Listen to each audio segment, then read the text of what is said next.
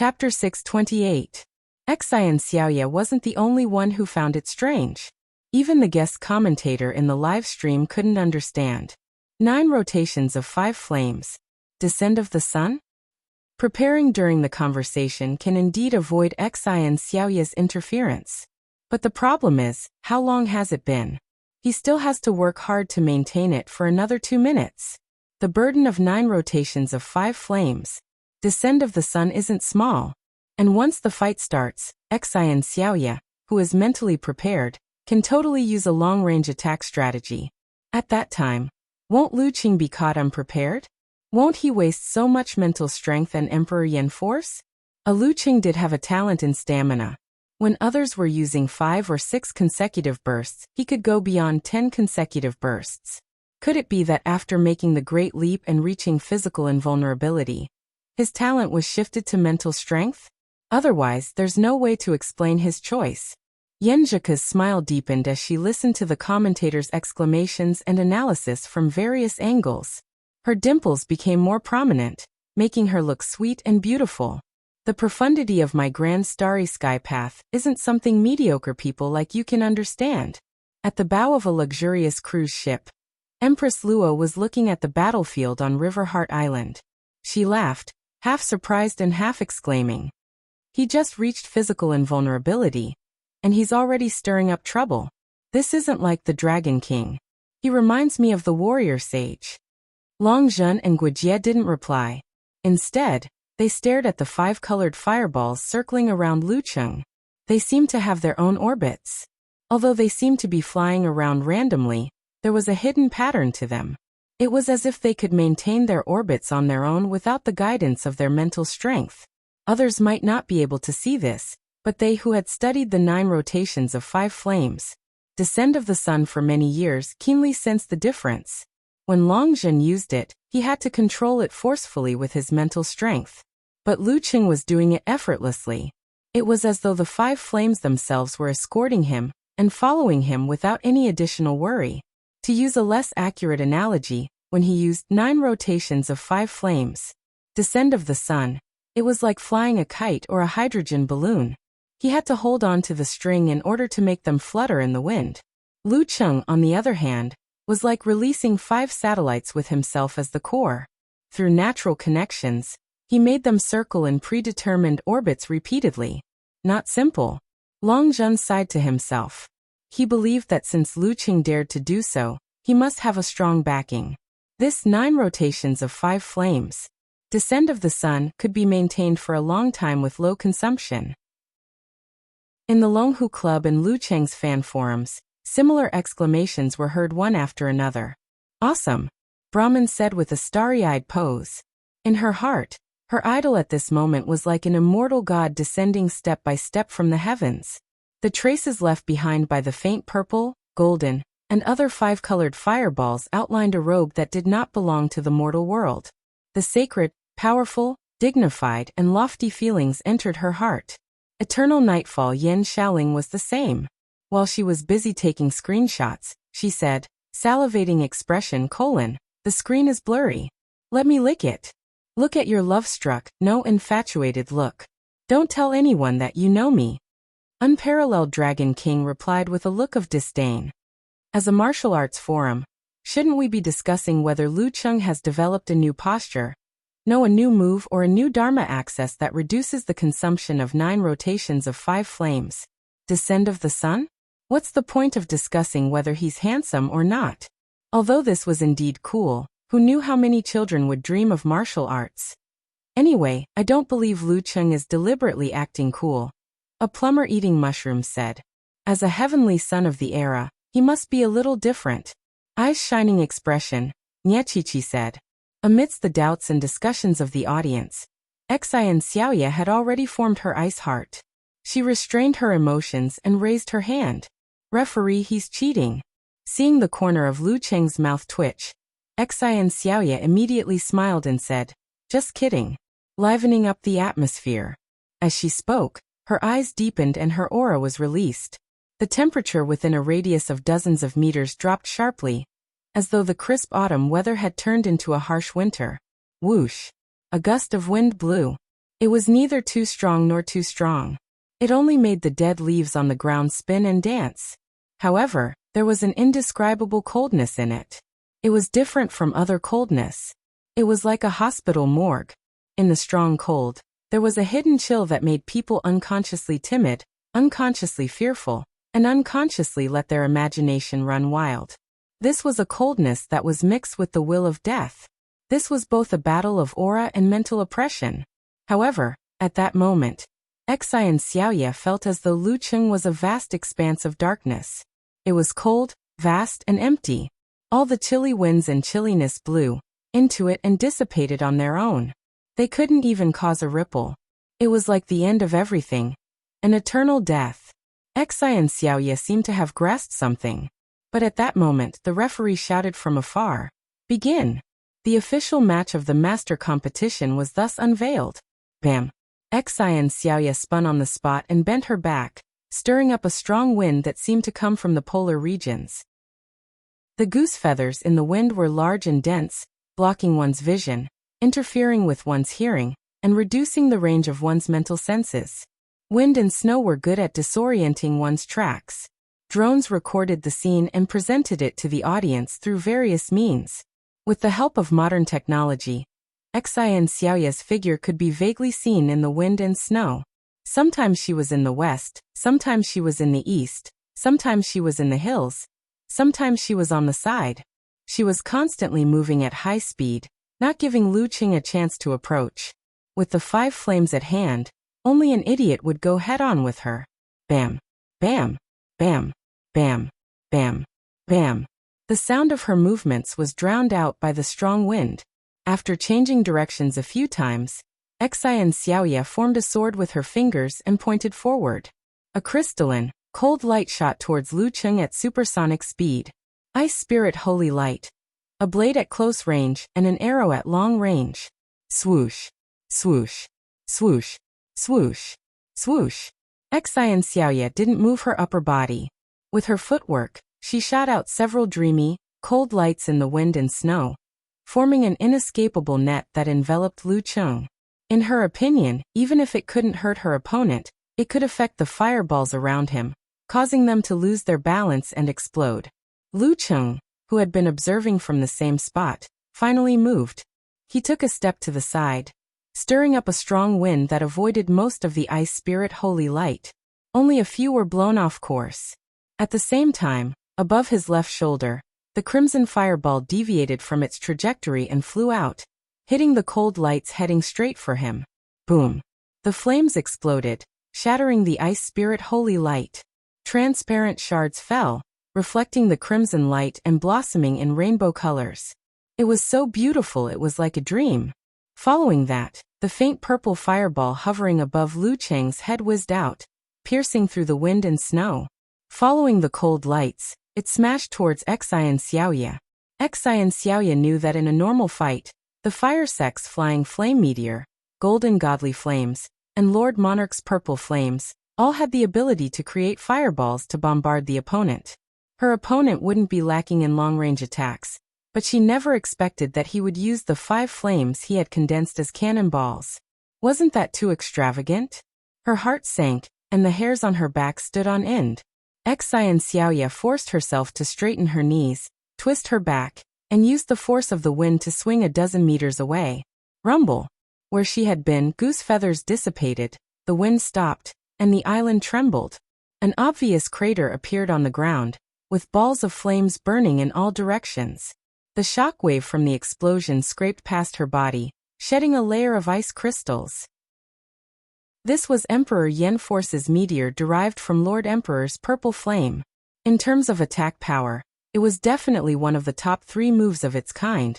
The reason why 9 rotations of 5 flames, Descend of the Sun was the Fire Sect's trump card was because it applied and deepened the content of the previous moves and the foundation they had learned. It also had a unique explosive technique. Among them, the Crimson Fireball was derived from the original Zhu Rong force, while the hovering and launching technique was derived from the 4th move, Flying Flame Meteor. It was the weakest and didn't have any special features, but it was the fastest to condense and consume the least energy. The incandescent fireball was the upgraded version of the crimson fireball. It was hotter and more powerful, and at the same time, it had the heaviness of Emperor Yen and the ease of control of fire virtue, but only a little. The pale blue fireball was the mutated version of the incandescent fireball. It was hotter, but its explosive power was weaker, and it mainly burned. The golden fireball was based on fire virtue force and was condensed through the technique of golden godly flames. Its explosive power was strong, but it wasn't outstanding in terms of temperature and burning power. However, it could be controlled after launch. In other words, once a martial artist mastered it well, he could make it change direction twice or even thrice within a certain range. The pale purple fireball was derived from Emperor Yen Force and Lord Emperor's purple flame. Heat and heaviness were its two main characteristics. Once launched, it was like a bomb loaded with high explosives. In the hands of a physical invulnerability expert like the Dragon King, it would make the enemy feel like they were attracted by a magnet, making it difficult for them to move in front of the purple fireball. The latter two were extremely taxing and burdensome to the body and mind. If they were increased in number, the 5 flames would easily lose balance. In the midst of the explosion, Xian Xiaoye saw Lu Qing from the corner of her eye. She saw him launch the golden fireball that was hovering around him.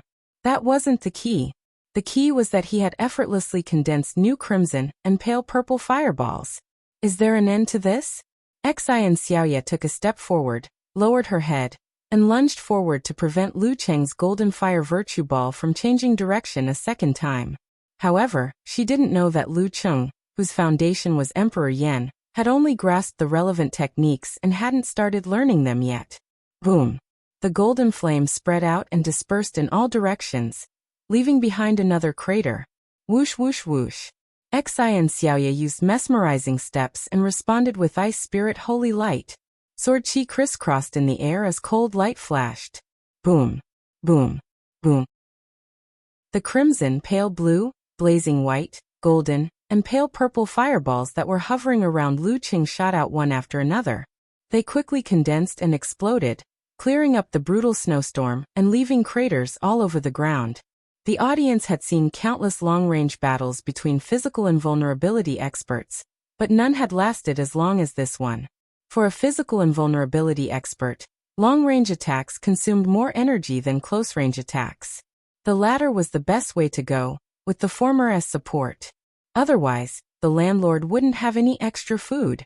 This is like a battle between immortals and novels. No. A sword immortal versus the leader of the 5 Fireballs Divine Sect.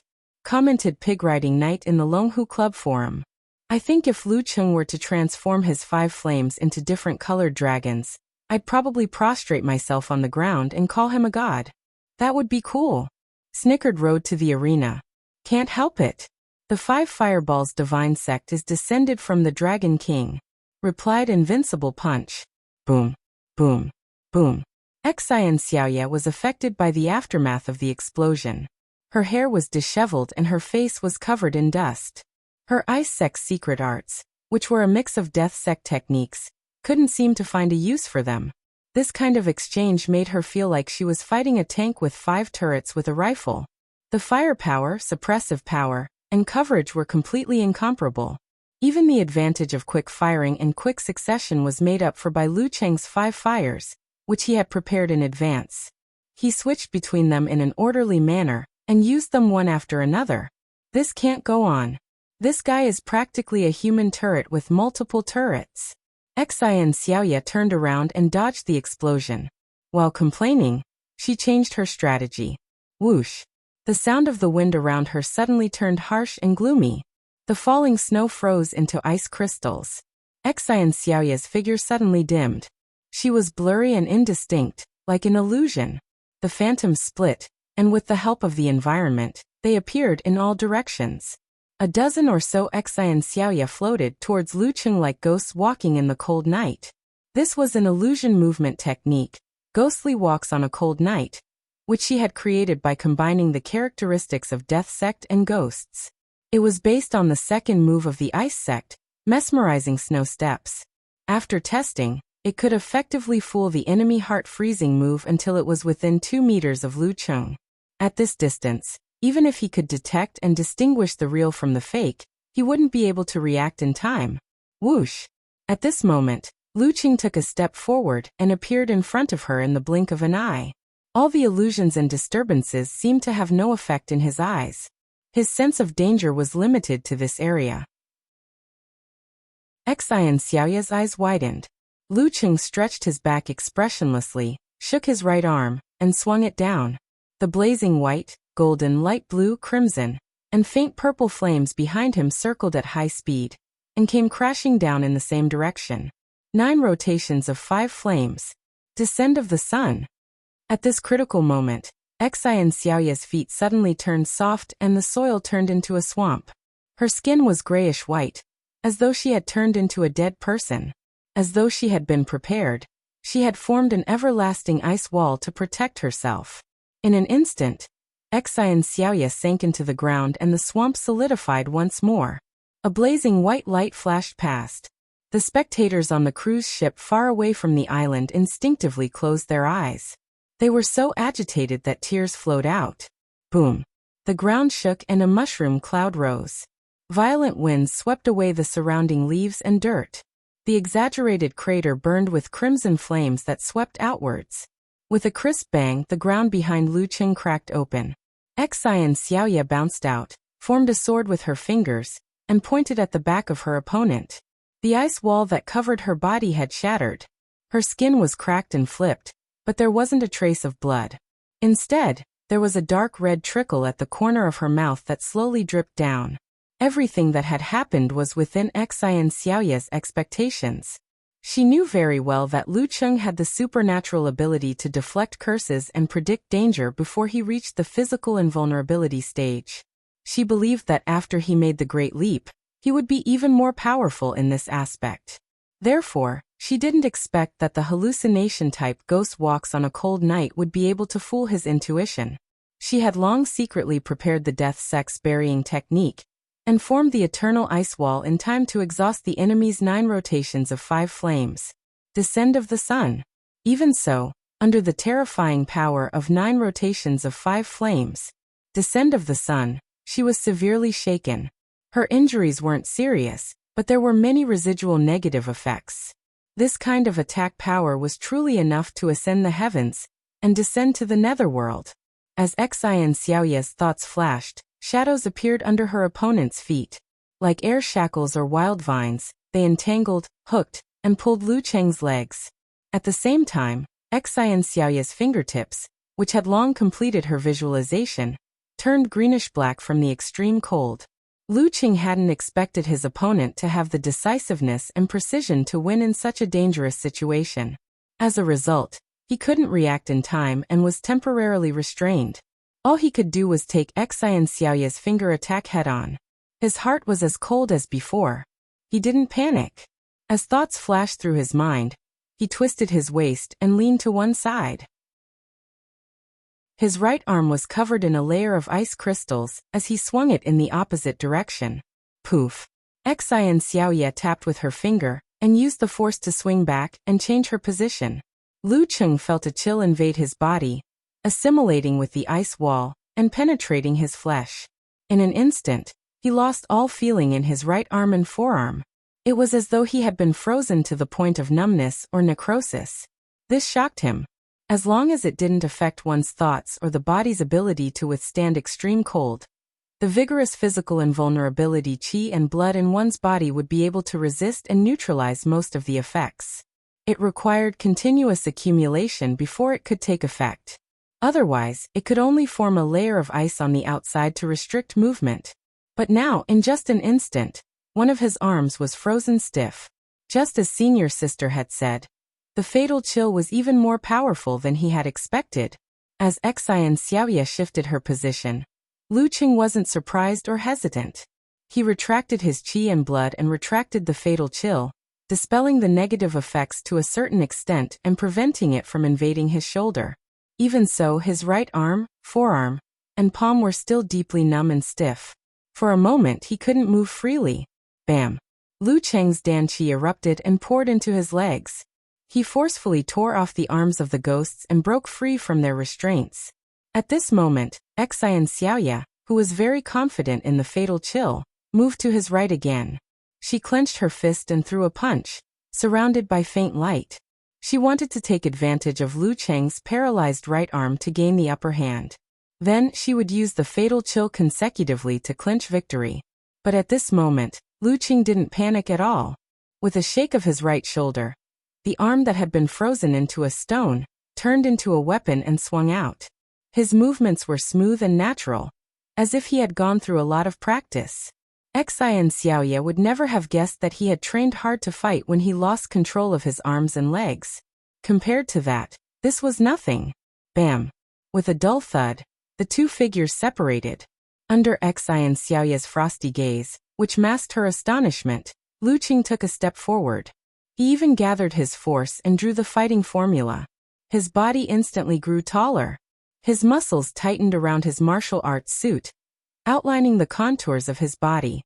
His greenish-black skin made him look more like a monster disguised as a human. Boom! He swung his fist down with a loud explosive sound, causing Xian Xiaoya's arm to tremble slightly. She was forced to take a few steps back, and the impact caused her organs to churn even more violently. The residual effects of the descent of the sun from before were all unleashed. Faced with Lu Cheng's pressure, Xian Xiaoya gathered her force concentration and visualized. Her fist was covered in white frost as she threw out an ice spirit. Lu Cheng didn't care. He continued to use the fighting formula and the eruption of his Dan force. He transformed into a giant and punched with his left fist. Bam! Xian Xiaoya's organs churned even more violently. Her ears buzzed. As she retreated, she created several deep craters. Lu Cheng didn't care that his left fist and left arm were frozen. He gathered his force concentration again, and shifted his stars to the fighting formula again. Bam! Bam! Bam! After a few consecutive blows, Xian Xiaoya was dizzy. Her arms were trembling, and she couldn't exert strength. At this point Lu Cheng, who had reached the limit of his fighting formula, switched to using pure Dan force. After the first punch, a crimson aura formed around him and circled him. Boom! The punch and fireball landed at the same time. Xian Xiaoya was sent flying by the explosion. She caught her breath in midair, and flipped like a sparrow hawk. Riding the wind, she landed steadily to the side. She was about to use force concentration to subdue the effects when she saw Lu Cheng charging at her without giving her a chance to recuperate. Crimson aura formed around him again, followed by a blazing white aura, then a faint blue aura. Again? Xian Xiaoya sucked in a breath of cold air. She examined her body, straightened her back, and swung back. She raised her right hand and shouted, "I surrender." The consequences of being hit by 9 rotations of 5 flames again would be unthinkable. Chapter 629. Hearing Xian Xiaoya admit defeat, the host in the live broadcast room exclaimed before the referee could announce the result. Able to attack from afar, close range, and sustain for a long period of time. Lu Cheng's 9 rotations of 5 flames. Descent of the sun is truly insane. I think all the physical invulnerability experts watching this match are thinking of ways to counter this move. This is also the specialty of modern martial arts. Once you come up with a new move, new martial arts, or new Dharma access, it will quickly attract the attention of others and be analyzed by others. There's no such thing as a single move dominating the world. It's not like ancient times, where a trump card could be used for many years. Even if an enemy who has not been killed before wanted to spread the news, who knows how many years it would take for them to achieve their goal. Alright, let's go off topic. The referee announces that Lu Cheng has won the match. His first battle as a physical invulnerability expert got off to a good start. Moreover, his opponent is Xian Xiaoya, who can be considered one of the best among the third pin fighters, the one who created the lethal chill. He deserves to be called the heavenly son of the era. Back then, Wisdom King, Zhihai only appeared in public for the first time half a year after making the Great Leap. He was already familiar with the Great Light Scripture, Womb Realm, and Vajra Realm martial arts. He also encountered several outstanding first pin and second pin fighters consecutively, and suffered a few defeats. This made us unable to truly understand the strength of the heavenly son of the era after making the great leap. Now Lu Cheng has proven this point. More importantly, I noticed that in the previous battle, other than that one defensive move, he didn't use any of the Ice Sect's unique skills. The legendary 9 syllables also seem to have only used the word fighting. In other words, he still has many moves and changes that have yet to be revealed. Fellow physical invulnerability experts and the various forces other than Longhu, don't you feel like the wolf is coming? Of course, we don't have to worry about this in the short term. But what about in 2 or 3 years? As the saying goes, the new generation will always surpass the old. Let's look forward to the era of the 4 heavenly sons of the era. You're bragging too much. Eternal Nightfall. Yin Xiaoling was unusually objective. Then she added another sentence in the forum. But I like it. Again. Pfft, I like how shameless you are. Nia Chi said with an emoji of patting a dog's head. Bull Demon King said 5 fireballs is so cool. The best way to show off in front of girls. I'm already drunk, Brahman replied cheerfully. Because she had become familiar with Yan Zheke in private, she was too embarrassed to call him Lu Cheng, so she changed the way she addressed him. It's too late, because there's no Luohan Kung Fu in slumber. There's no Kung Fu that can be practiced while lying down. You're getting better at self-deprecating. Okamoto's fan couldn't find anything to criticize. Ahem, let's talk about the match just now. I think Senior has a chance to enter the top 32 after the double elimination match. Yin Xiaoling changed the topic and sent a cheerful emoji. Yeah, with the strength he showed, as long as his luck isn't too bad, he'll have a high chance of winning if he encounters a first pin one after another. Unparalleled Dragon King agreed. Besides, there are still 16 Inhumans. The chances of getting them in the second round won't be too low. Alright. Come on veterans. Let's go. Brahman sent a firecracker emoji. Yin Xiaoling was stunned. Brahman, you've become dirty too. I've had a boyfriend for half a year, unlike you who's been single for thousands of years. Brahman replied directly. Alright, I'm not a human anymore. Pouting sadly expression, Yin Xiaoling replied. I'm a dog.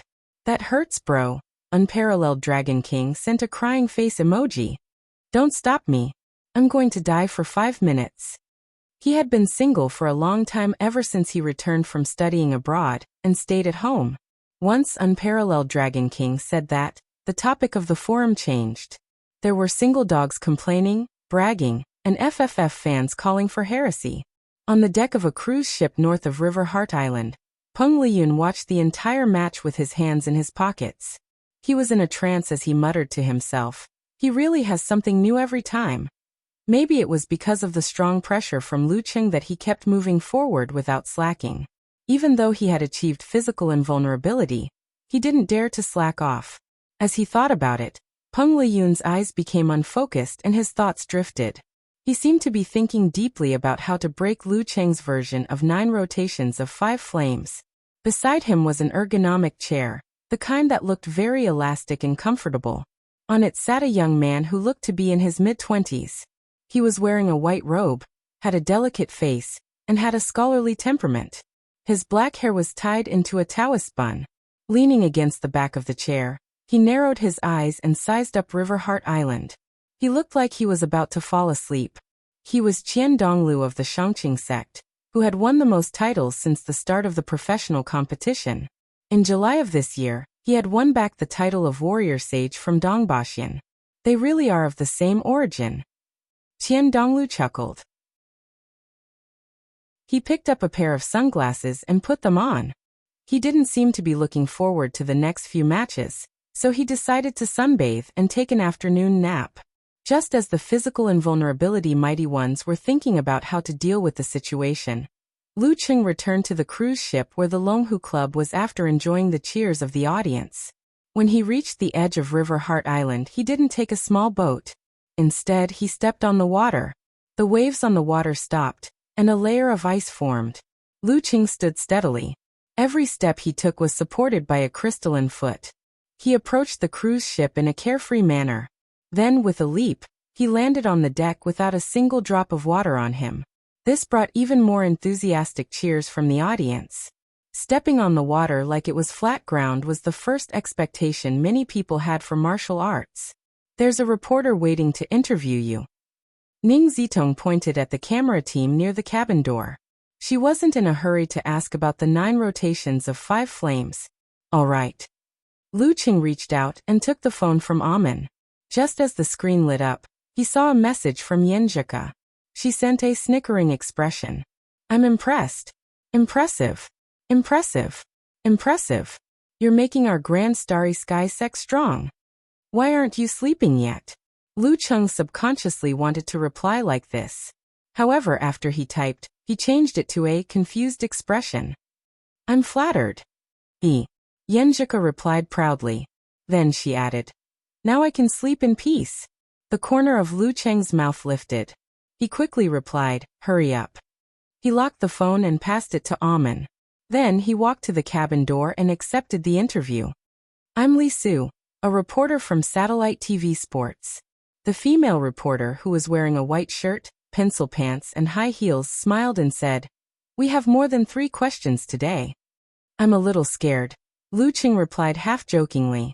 After exchanging a few pleasantries, Li Su, who had already prepared the outline of the interview, said confidently, first of all, congratulations on winning your first battle as a physical invulnerability expert. Your performance has convinced everyone, and left all those who doubted you speechless. However, we're all curious about one thing. Your 9 rotations of 5 flames seems to consume less energy than normal. How long can it last? There's nothing to hide. Everyone knows that I have 2 opposing supernatural abilities, ice and fire. Since I was a professional 9th pin fighter, I've been constantly searching for a way to unify them. Later, with the help of the balanced rotation in natural phenomena, I found my own way. It's because of this balanced rotation that I can use other methods to maintain the 5 flames. The burden is indeed very small. Lu Qing spoke calmly and gave a simple presentation of his special martial arts. Li Su didn't expect him to answer so clearly. After a long while, she praised sincerely. You're not stingy and you're willing to share the path you created. This is the magnanimity of a grandmaster. I'm still young and full of drive. I'm not afraid that others will catch up with me using this method. Lu Qing chuckled. This is a sign of strong confidence in yourself. Li Su praised again. Then she asked jokingly, what about when you're old? Lu Cheng's expression was calm. He chuckled softly and said, if there are others who benefit from this, they'll definitely respect me more when they face me. Isn't that good? You're open-minded and magnanimous. Li Su nodded with great interest. Lu Qing, I feel that you're much calmer and more mature than before. People will always grow up slowly. Although in my heart, I've always been the young man who chased after his dreams. Lu Qing laughed at himself. Li Su thought for a while and asked again, what on earth did you experience in the past year? How could you make the great leap so quickly and have such a good mentality? I said at that press conference that the previous injury had a great tempering effect on me. When the sequela was at its worst, I really considered quitting the martial arts circle. I really endured the torment every day, but I still didn't want to give up and leave. During this process, I gradually recognized myself and found the strength that came from my heart. When I finally walked out, everything fell into place. Well, I want to thank my family for their understanding and support. Lu Qing said unhurriedly, without you, I wouldn't have been able to make it this far. Only thank your family? I heard that you have a girlfriend. Li Su smiled mischievously. She was quite touched by Lu Cheng's answer. She seemed to be able to understand the torment, hesitation, and loss of this heavenly son. Lu Qing explained seriously, in my heart she's my family. Wow, so sweet. Li Su said amusedly, next question. During the interview, washing board of the Xian family posted on Weibo. Terrible. I finally understand what it means to be suppressed by fire. What it means to be beaten silly. P.S. Please recommend me. Chapter 630. Like style like fans. Not only did washing board of the Xian family not attract sympathy, but it also created a joyful atmosphere. Don't cry, stand up. We are all flat-chested. Why is someone stronger than you? Think about it. Apart from Lu Cheng, the current Dragon King is probably the only one who can do such a thing. However, the current Dragon King doesn't care about such methods anymore. I've typed so many words just to tell you that you've gone against the trend recently and have a bad character. What does it feel like to be stunned? Go away. You are not my idol anymore. Lu Cheng, who was about to post a Weibo post to commemorate his first physical invulnerability battle, challenge tournament, started reading the comments with great interest.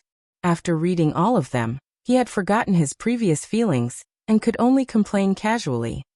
To be honest, a nickname like 5 Fireball Sect Leader or Multi-Turret Holy Object is 10,000 times better than Sky-Shaking Ice Fire Roar. Minicats was the first to reply. So you want to be called 5 Fireball Sky-Shaking Roar or Multi-Turret Roar? Stop struggling. When it comes to nicknames, there is no worst. Be careful, you will be worse than Roar in the future. Unparalleled Dragon King reminded him based on the bloody history of many senior martial artists. Seeing his fans coming up with weird nicknames for him, Lu Cheng had the urge to delete his Weibo post. Out of sight, out of mind, out of mind, out of mind. He muttered silently a few times, opened the app and locked the phone screen. If I continue reading, I will laugh myself. Lu Cheng retracted his gaze and turned to River Heart Island to watch the next match. He didn't put in so much effort in every match.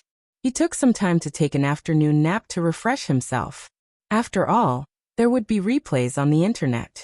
After dinner, he didn't go to Juka Stadium to watch the match at night.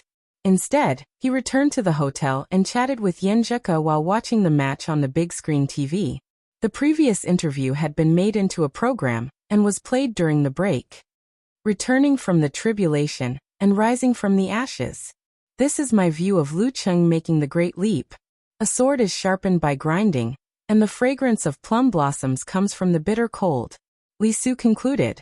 Compared to experts who had a smooth sailing life, Lu Cheng, who had experienced ups and downs, was more popular among ordinary people. They seemed to have found a resonance with him. The next day, Peng Liyun, Ren Li, and the Wisdom King, Ji Hai, went to battle one after another. All of them won, and the name of the 4 heavenly prides became even more popular. In the first round of the competition, there was no lack of classic battles where the weak won against the strong. It was not strange for a rank 3 to win against a rank 2. However, in the neutral arena, without the advantage of the environment, it was almost impossible for them to defeat a rank 1. After the first round of battles 2 days ago, the organizing committee drew lots online and did not hold a special banquet. Lu Cheng sat cross-legged on the bed and made a 50-cent bet with his little fairy. He felt that he would meet a strong opponent who was much stronger than him in this round. Yen Juka, on the other hand, thought that they would be at the same level, maybe stronger or weaker. The drawing of lots proceeded as planned. Lu Cheng saw his senior sister meet the Sword King, Wu Qiao, the head of Shushan study, and saw Peng Liyun meet Wang Xiaoshuang, a disciple of Daxing Temple. Lu Cheng had heard of this man's deeds long ago. He had awakened a powerful supernatural ability when he was young. Once he was agitated, he could easily create fires. At first, his parents did not know why there were so many fires in the surroundings. When they understood, they sent him to the famous Daxing Temple to cultivate his mind, and Zen to control his supernatural ability. Because of his talent, Wang Xiaoshuang had always been a classic example of someone whose combat strength was greater than his level. His flaming dragon fist was famous in the north and south. When he was only a rank 4, he could hold his own against a physical invulnerability mighty one for a long time. He had made the great leap 2 years ago. Last year, he had mastered the Dharma Guardian Azure Fire of the Womb Storage Sect and many parts of the Great Light Scripture of Buddha. This year's battle results were outstanding. Because it was not enough for the statistics year, he was not promoted. However, no one would think that he was just a rank 3. Taoist's luck is just so. Lu Cheng complained. Then he heard his name. Longhu Club Lu Cheng. Restraining his thoughts, he watched seriously as the ball was taken out and the paper was unfolded. The deputy director of Jiuqiu City Martial Arts Association flipped the paper and announced, Yanjiao League Wang Ke. Wang Ke. This is a genuine second pin fighter. Lu Cheng's mind raced as he thought of all kinds of information about the other party. This physical invulnerability expert was a young mighty one personally trained by Kiran Dongbaxian. He was humble and kept a low profile. In the beginning, he did not stand out and remained in the team with hopes of making the great leap. However, he was not one of the most eye-catching ones. Until the age of 27, he suddenly surpassed all of his peers in the Yanzhou League and rose to the top. After that, he received his second pin certification in just 1 year. He had just turned 29. Because of his personality and style, he was usually ignored by the media and treated lightly. It was only when Dong Baxian received the title of Warrior Sage last year that he was pushed to the forefront of the storm. At that time, the new Warrior Sage, who had always been arrogant, said, "I don't envy Daxing Temple for having Wisdom King, Shangqing Sect for having Peng Liyun, or Kongtong School for having Run Li, because our Yanzhou League has Wang Quebec. Among all the young people I have seen, he is the one who is most suited for martial arts. He doesn't have any primitive supernatural ability or outstanding talent, but he has enough shocking talent. He has the ability to turn something rotten into something magical. He has an extraordinary understanding of various martial arts and techniques, and he is good at grasping the key points in complicated situations. You may think that the battles he participates in are often ordinary, but that is because he makes the situation simple and easy to win. Within 5 years, believe me, he will definitely receive the title within 5 years.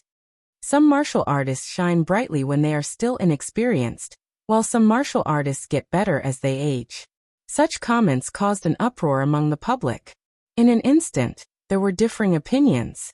Many mocked Dong Baxian for always boasting and getting carried away after receiving the title of Warrior Sage, and spouting nonsense.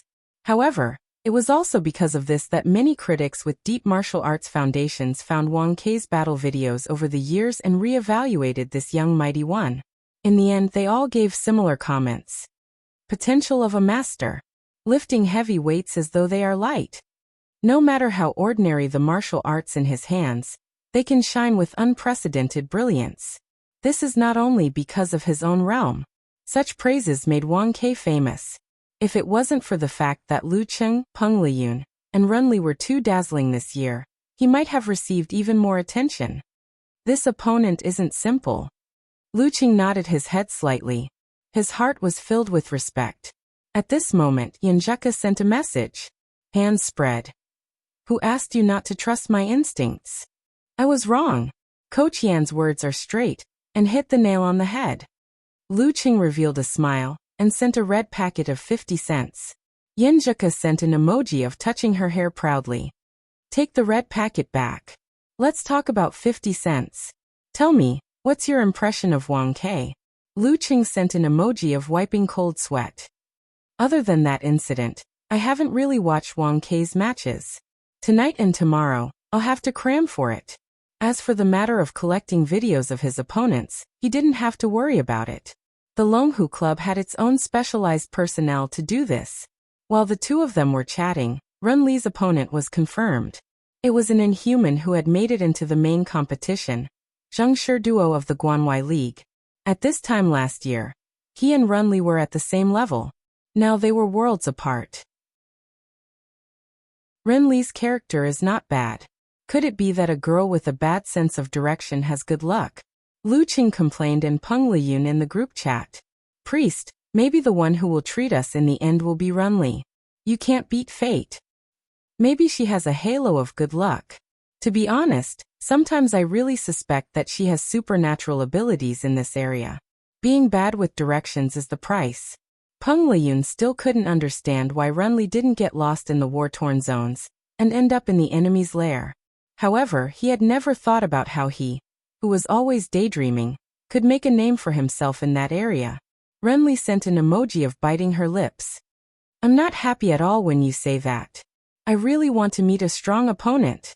Another round to wait. In the hotel where Yanzhou League was staying, Wang Ke held the remote control and stared at the television screen. After watching the lots, he stood up and walked to the floor-to-ceiling window. After pondering for a while, he lit up his phone and gave Dong Baxian a call. "Hello, Master Dong. Can you help me imitate Lu Cheng's 9 rotations of 5 flames tomorrow? Wang Ke requested solemnly. Dong Baxian laughed and said, sure. My opponent for this round isn't strong. At this moment, all the major web portals had published related news. The most eye-catching one was Potential Master vs Future Grandmaster. Chapter 631. Once the results of the draw were out, Yanjiao League's official Weibo created a topic. Hashtag Master vs Grandmaster hashtag come. Let's discuss the outcome of this hot battle. As for the rest, other than Little Hu, it's just a win. There's nothing to say. Very quickly the replies started to pile up. If it was a year later, I might be worried about 2 Quebec. But now haha. We can't underestimate Lu Cheng. He still has many tricks up his sleeve. For example, he should have a better grasp of the Ice Sect than the Fire Sect. After all, he's a disciple of the Ice God Sect. Upstairs, don't be too humble. 2K isn't an ordinary second pin mighty one. I bet 5 packs of spicy sticks that 2K will definitely win. I don't believe it, I don't believe it, I don't believe it. 2K is on par with everyone. He gets stronger when facing strong opponents and weaker when facing weak opponents. Lu Cheng is still lacking. The young mighty ones of our Yanjiao League are definitely not weaker than others. Besides, they have the advantage of accumulation. Bring my stool over and let's wait for 2K to destroy Lu Cheng's 9 rotations of 5 flames. How? How do you think he will do it? Shoot a laser beam from afar and destroy one with 1 finger. While the Yanjiao League members were discussing heatedly, the atmosphere in Lu Cheng's fan forum was relatively heavy. Unparalleled Dragon King, how strong is this Wang Ke? Eternal Nightfall. Yan Xiaoling didn't watch many of Yanjiao League's matches and didn't know much about the low-key Wang Quebec. Unparalleled Dragon King replied quickly, very strong. Let's put it this way. I think he'll get a title within 5 years. He has the ability to simplify and do things as if they were light. Not everyone has this ability. In fact, most physical invulnerability experts don't have it. I'm suddenly a little nervous. I haven't been nervous about a match in a long time, said Brahmin in an old-fashioned manner. Sob sob sob, me too. Yan Xiaoling chimed in. A plumber eating mushrooms said, what are you afraid of? It's not like you'll be eliminated if you lose. It's a good thing to meet such an opponent in the first few matches of the physical invulnerability stage. I'm going to watch videos of Wang Ke's matches, replied Niechichi. Oh right, what kind of martial arts does Wang Ke specialize in? I've seen his videos and they're all shining. All the good names are taken by dogs asked. Unparalleled Dragon King replied with an emoji of Nike mouth. Of course it's the Yanjiao League's supreme art, the golden scripture of Donghuang, also known as the Light Sect. Daxing Temple's Great Light Scripture has been secretly modified based on it, mixing in a lot of content. Compared to its earliest form, it's completely different now. The Yanjiao League also has the remnants of the Plague Sect, and they have incorporated many of the techniques into their own Light Sect. Anyway, calm down. Maybe Lu Cheng will suffer his first defeat as a physical invulnerability expert. If he wins, it'll be a surprise. It sounds amazing. I'm getting more and more nervous. Haha, let me tell you a real joke. Yan Xiaoling changed the topic. What kind of joke is that? Okamoto's fan was very enthusiastic. Yan Xiaoling used an emoji that was trying to hold back her laughter and said, didn't I dye my hair green before? Box, no, little gal laughs at me every day. Yesterday, she even said that she would dye her hair in real linen ash for me to see. When she comes back, ha ha ha, she'll have green hair too. Are you retarded? Twitching mouth expression, said Road to the arena as he wandered over. Is this the rhythm of you forgiving each other? A plumber eating mushrooms, thumping floor laughing. Doesn't little Gao have the strength of a dance stage expert? Is that guy with the dye okay? Asked Unparalleled Dragon King worriedly. He should be fine, replied Yan Xiaoling uncertainly. The heavy atmosphere in the forum slowly dissipated, returning to its usual characteristics. The next afternoon, Ning Zitong and Long Zhen, who had drawn good lots, brought their respective assistants out to visit friends. They were having a rather leisurely time. Amin and Guojie's assistant, Wang Yueshi, sat in the open cafe next to the lobby, enjoying afternoon tea. They didn't dare to stray too far from the hotel. At first, I thought that being the personal assistant of a physical invulnerability expert would be very busy. But in the end, I've been idling for a few years. I'm not busy for more than 5 days a month, said Wang Yueshi emotionally as she stirred her coffee with a silver spoon. Alman almost burst out laughing. She smiled and said, "That's what I thought in the past too. Now I've learned how to entertain myself and improve myself." The two assistants looked at each other and smiled. They turned their gazes to the elevator, thinking that their boss must be studying his opponent's video or practicing in the hotel's martial arts hall. After more than a day of pondering, Lu Qing didn't even go to watch Peng Liyun's narrow victory over Wang Xiaoshuang. Lu Qing finally had some understanding of the competition at night, and raised the importance he placed on Wang Ke by another level. "It's time to go." He put away his laptop, stretched his body, and sent a message to Yenjika. She replied, sitting in a dazed expression, "I realized that the match at night isn't as good as in the afternoon. In the afternoon, I can sleep less and wake up in the middle of the night to watch. If it's at night, I have to listen to the lectures of the instructors and do research and discussions with them. There's no chance to slack off." The night in Juku was the morning in Connecticut. Lu Qing chuckled and sent a distressed expression. "It's okay. The result will be a win anyway. Do you still want to recover? Keep a low profile. Do you understand? Keep a low profile. Accumulate good karma." Yenjika's attention was diverted. "While there's no one around, allow me to be proud for a minute." Lu Qing continued the topic and diluted his little fairy's regret.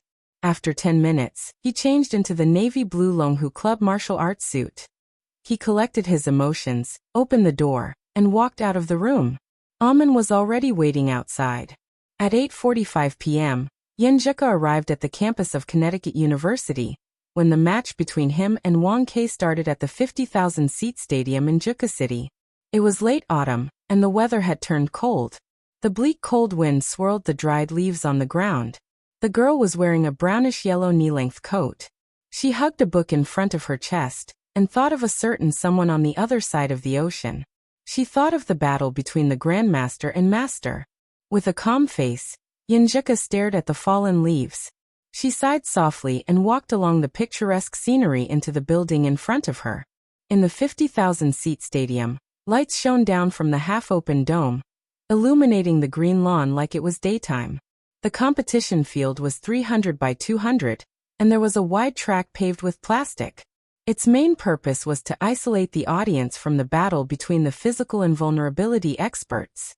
The front of the spectator seats, which could seat at least 50,000 people, was empty. Above them was a layer of bulletproof glass and barbed wire. Every key area was guarded by armed police and security personnel with extraordinary strength. Lu Qing and Wang Ke were in the middle. They were about 30 meters apart from each other under the lights. The lawn around them was full of potholes and tattered, as though it had been plowed by artillery fire. These were the marks left behind by the previous battles. At this moment, Lu Qing shifted his attention to Wang Ke's appearance. His appearance was also the kind that didn't reveal anything. However, his hair was spiked back like an old man, shiny and shiny. He looked very much like a big boss in an old movie. Wang Ke was about the same height as Lu Qing. His body proportions were slightly out of proportion. His head was big, his body was long, and his legs were short. However, at a glance, there was a sense of harmony. He stood there calmly and didn't look nervous at all. He indeed had the demeanor of a master. While Lu Qing was sizing Wang Ke up, Wang Ke was sizing him up too. He felt that Lu Qing's demeanor was steady and neither servile nor overbearing. It was as though he wouldn't change his expression, even if Mount Tai collapsed in front of him. At this moment, the referee standing between them raised his right hand and said, "Conversation time starts now." After saying this, he immediately walked to the edge of the field. He didn't want to suffer an unexpected calamity when the real battle started. In a battle between physical invulnerability experts, the referee's role was similar to that of a host. At this moment, the two of them facing each other didn't open their mouths. A scarlet-red fireball appeared around Lu Cheng. It was circling diagonally in an elliptical orbit. It was also rotating in an orderly manner. The surface of Wang Kei's body gradually emitted a bright light that illuminated the surroundings. It was dazzling, sacred, and majestic. Those who witnessed it couldn't help but worship him. The golden scripture of Donghuang was said to have originated from the Chu kingdom. It had a long history and was related to the era of the 3 sovereigns and 5 emperors. It was a sacrificial technique from that era of barbarism. However, this was only what they claimed to be. A deity descended from the heavens and shone brightly. Lu Cheng actually didn't dare to blaspheme, be an enemy, or attack. He quickly formed the ice heart. While creating the 5 flames, he used his visualization to communicate with the outside world. The sky darkened. The stars in the sky set off the blazing white, golden, and faint purple around Lu Cheng. It made Wang Kei look like the sun at noon. It was so glorious in the human world. However, compared to the dark and deep starry sky, it was so insignificant. The night grew darker, and the light grew brighter. Lu Cheng and Wang Kei's auras were entangled. They were constantly competing to find or create the other party's weakness. Time flew by quickly. Wang Kei suddenly laughed and praised sincerely. "Don't worry, Brother Lu. Indeed, he lives up to his reputation." Just as he finished his sentence, Lu Cheng was about to reply when the referee at the side shouted, "Begin!" With a whoosh, Wang Kei charged towards Lu Cheng like a laser beam.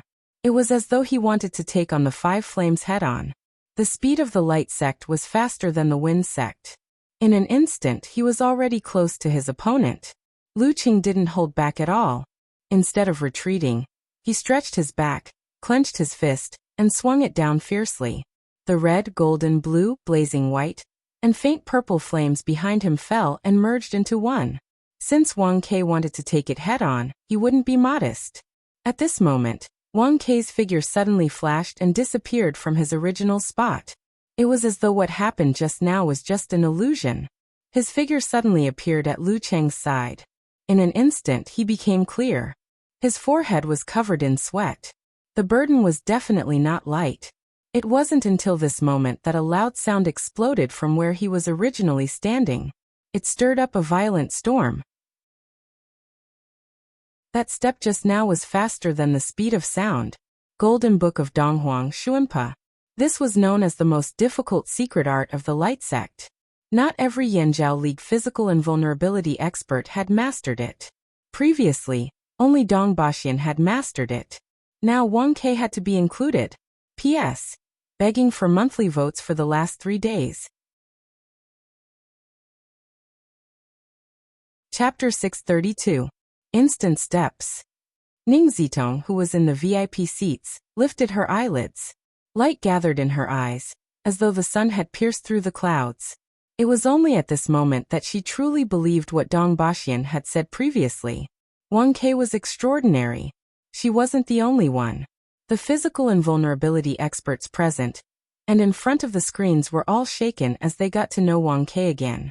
5 years, no, maybe 3 years later, he would have the strength to fight for the title. Bam! A short but intense explosion sounded. The air expanded into white clouds, crushing Wang Kei's remaining figure. It also shook Lu Cheng's fist and the faint purple and gold colors that had just merged into one. Under normal circumstances, the explosion of 9 rotations of 5 flames. Descent of the sun would cause indiscriminate damage to the surroundings. However, there were 3 layers of protection when it was used. Firstly, the order and direction of the fusion was unique. It was difficult for others to comprehend, and could effectively cancel out the waves that impacted the user's body.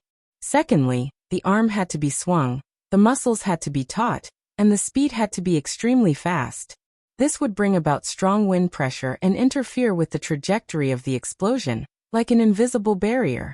Thirdly, it connected heaven and earth, affecting nature and restricting the general direction of the explosion. These would weaken the power of descent of the sun, but they would protect the user of the move, preventing them from harming themselves every time they used the move. It would always result in a lose-lose situation. In this way, the remaining fish that escaped the net would be nothing more than a breeze to an external invulnerability expert. If they really wanted to perish together, They could cancel such protection in exchange for the ultimate effect. But now the power of the sonic boom had destroyed Lu Cheng's wind pressure barrier, shook the fusion process of the 5 fireballs, and interfered with the connection between his spirit, root pulp, and the surroundings. In other words, 9 rotations of 5 flames. Descent of the sun would explode uncontrollably. Lu Cheng's punch landed and saw Wang Ke disappear, leaving behind a sonic boom. His heart skipped a beat, and his pupils contracted to the size of needles. In the blink of an eye, he didn't have time to think about how to salvage the situation. He immediately gave up control of 9 rotations of 5 flames. Descent of the sun. He bounced his back and swung backwards, forming a thick layer of sparkling ice walls around him. It was as though he had been sealed in an indestructible coffin. Rumble. A blazing light flashed, almost blinding everyone's eyes. The terrifyingly high temperature melted the grass and soil at the core, heating up the buried steel pipes to a bright yellow color in an instant, softening and twisting them like freshly cooked noodles. The raging wind and rolling flames plowed through the ground, digging a huge hole. Lu Cheng's ice wall melted a lot, and then countless cracks appeared on it. Soon it fell apart. At this moment, he had already avoided the most severe injuries. He was like a seagull that struggled and soared in the midst of the violent winds and enormous waves. After Wang Ke dodged the attack with transient steps, he retreated at high speed and pulled a distance of more than 10 meters. When the sun descended and the mushroom cloud rose, he was no longer in the most dangerous area. The shockwave swept over the flames. Wang Ke didn't try to take it head-on. Instead, he released an immeasurable amount of light around him and flew backward like a kite, dissipating most of the force. As he flew backward, his eyes were half closed. It was as though a vertical eye had grown in the lake in his heart. Through the air currents and dust, he saw Lu Cheng, who was soaring in the flames and waves. His left hand suddenly reached forward as though he was holding an invisible divine bow bestowed by the heavens. His right hand grabbed the bowstring and pulled it back. In an instant, the divine bow was like a full moon. The immeasurable amount of light around Wang Ke shrunk and condensed between his right thumb and index finger, forming a brilliant, pure, and blinding arrow of light. The 8th move of the light sect, vertical convergence, sun-shooting ray. With a whoosh, Wang Ke released his right thumb and index finger. The pure ray penetrated the layers of wind and waves, heading straight for the faraway Lu Cheng. It reached him in an instant. Bam! After the arrow was released, Wang Ke's body became heavy. He stomped heavily on the ground, creating an explosion-like crater. Using this force, he rebounded, knocked away the aftershocks, and headed straight for Lu Cheng. Lu Cheng, who was still struggling in the wind and flames, felt his scalp go numb. A strong sense of danger surged in his heart. Not good. He directly detonated a portion of the fire force in his body, causing his body to strangely change direction without any support, flashing to an angle. With a flash of light, it brushed past him and flew into the distance. When it landed on the ground, it didn't slow down in the slightest as it dug a ditch. At the end of the ditch, a shallow pit was blasted out. A piece of flesh was taken away from Lu Cheng's right rib, exposing his white bones. The pain didn't reach his brain for the time being. It was as if he had already gone numb. Bang! Wang Ke closed in on him and threw a punch at him, accompanied by a flash of light. Lu Cheng raised his arm to block, and felt that his opponent's explosive strength was shocking. He was actually forced to take a step back. Bang bang bang. Wang Ke attacked continuously. Every punch and kick was accompanied by a flash of light, making it difficult for the enemy to see and increasing his own explosive power. This was a secret technique that he had prepared when he was charging over. The 4th move of the Donghuang Golden Sutra, sudden burst. Lu Cheng couldn't see anything. Relying on the reflection of the all-seeing God, he constantly shook his arms, punched, raised his knees, and kicked. He blocked his opponent's crazy attacks with precision as if he had measured them with a ruler. In the first few moves, he was forced to take a few steps back. Seeing that he was about to expose an opening, he had no choice but to circulate his qi and blood to stimulate his body. He used the simplified fighting formula to expand his muscles and explode, to barely turn the situation around. Bang! Bang! Bang! Their fists landed on flesh, and their legs collided. Sand and pebbles flew, flames danced, and light scattered in all directions. White ripples formed in the shape of ripples spread out. Lu Qing felt that Wang Kei's attacks were like a vast and mighty sea. They were vast and boundless, suppressing him firmly. There wasn't any space for him to change his moves or dodge. This was the power of the upright. He clenched his teeth and activated the simplified fighting formula. Relying on his body that could withstand more attacks after attaining physical invulnerability, he was like a small fishing boat in a storm, struggling to maintain its balance but about to capsize at any moment. During this process, Lu Qing vigilantly realized that other than his mental state, his other attributes were slowly deteriorating. It wasn't because of exhaustion, but because of another reason. Suddenly, the content that he had read in the past 2 days flashed across his mind. Light has radiation. This is the foundation of the fusion of the Light Sect and the Plague Sect's incomplete chapters. Under the effects of radiation, the opponent gets weaker and weaker. Lu Qing knew that he couldn't continue like this, but he couldn't find a chance to turn the tables. Wang Kei's punches and kicks didn't have profound changes. They were just fast, tightly connected, and just right. Together with the sudden burst of light, they formed an inescapable net that couldn't be shaken off. There wasn't any time for him to breathe. Being ordinary is the most deadly. Is this the potential of a master? Lu Qing's heart was cold as he maintained his calm. He knew that the only thing he could do now was to hold on and wait. Wang Kei's sudden burst of light couldn't last forever. Bam, bam, bam. Another dozen moves passed. Lu Qing had no choice but to simplify the fighting formula and alternate it with normal attacks. He alternated between taking the blow head-on and retreating. The weakness in his body gradually became apparent. At this moment, Wang Kei's attacks showed signs of slowing down.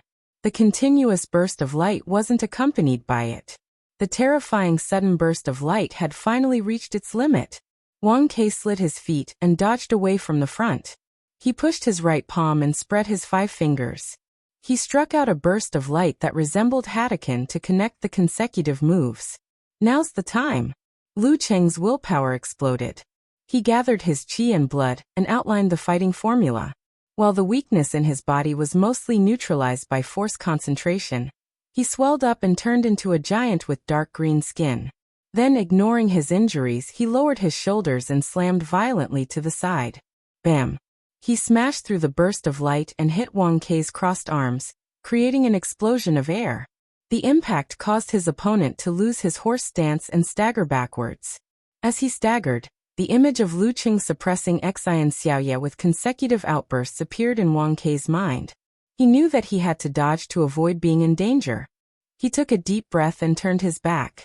His body spun crazily on the spot like a roly-poly toy, making it hard to tell where he was going to be thrown.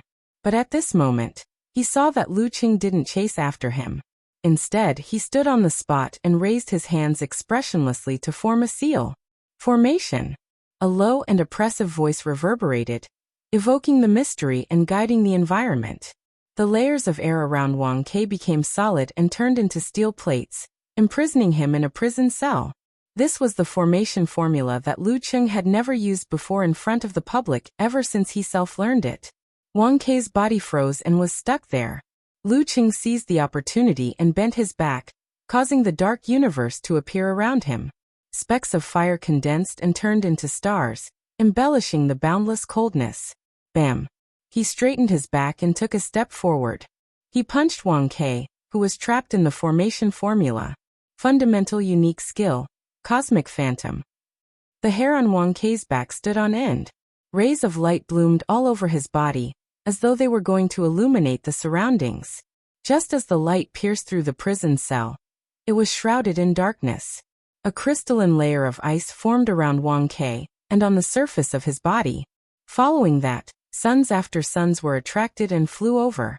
They were densely packed and came one after another. It was like a mutated version of 9 rotations of 5 flames. Descent of the sun. Seeing this, Wang Kei clenched his teeth and visualized to protect his vitals. Taking advantage of the moment when the ice layer restraining him broke, he took a step forward towards the suns. Boom, boom, boom. Amidst the explosion, light and shadow distorted.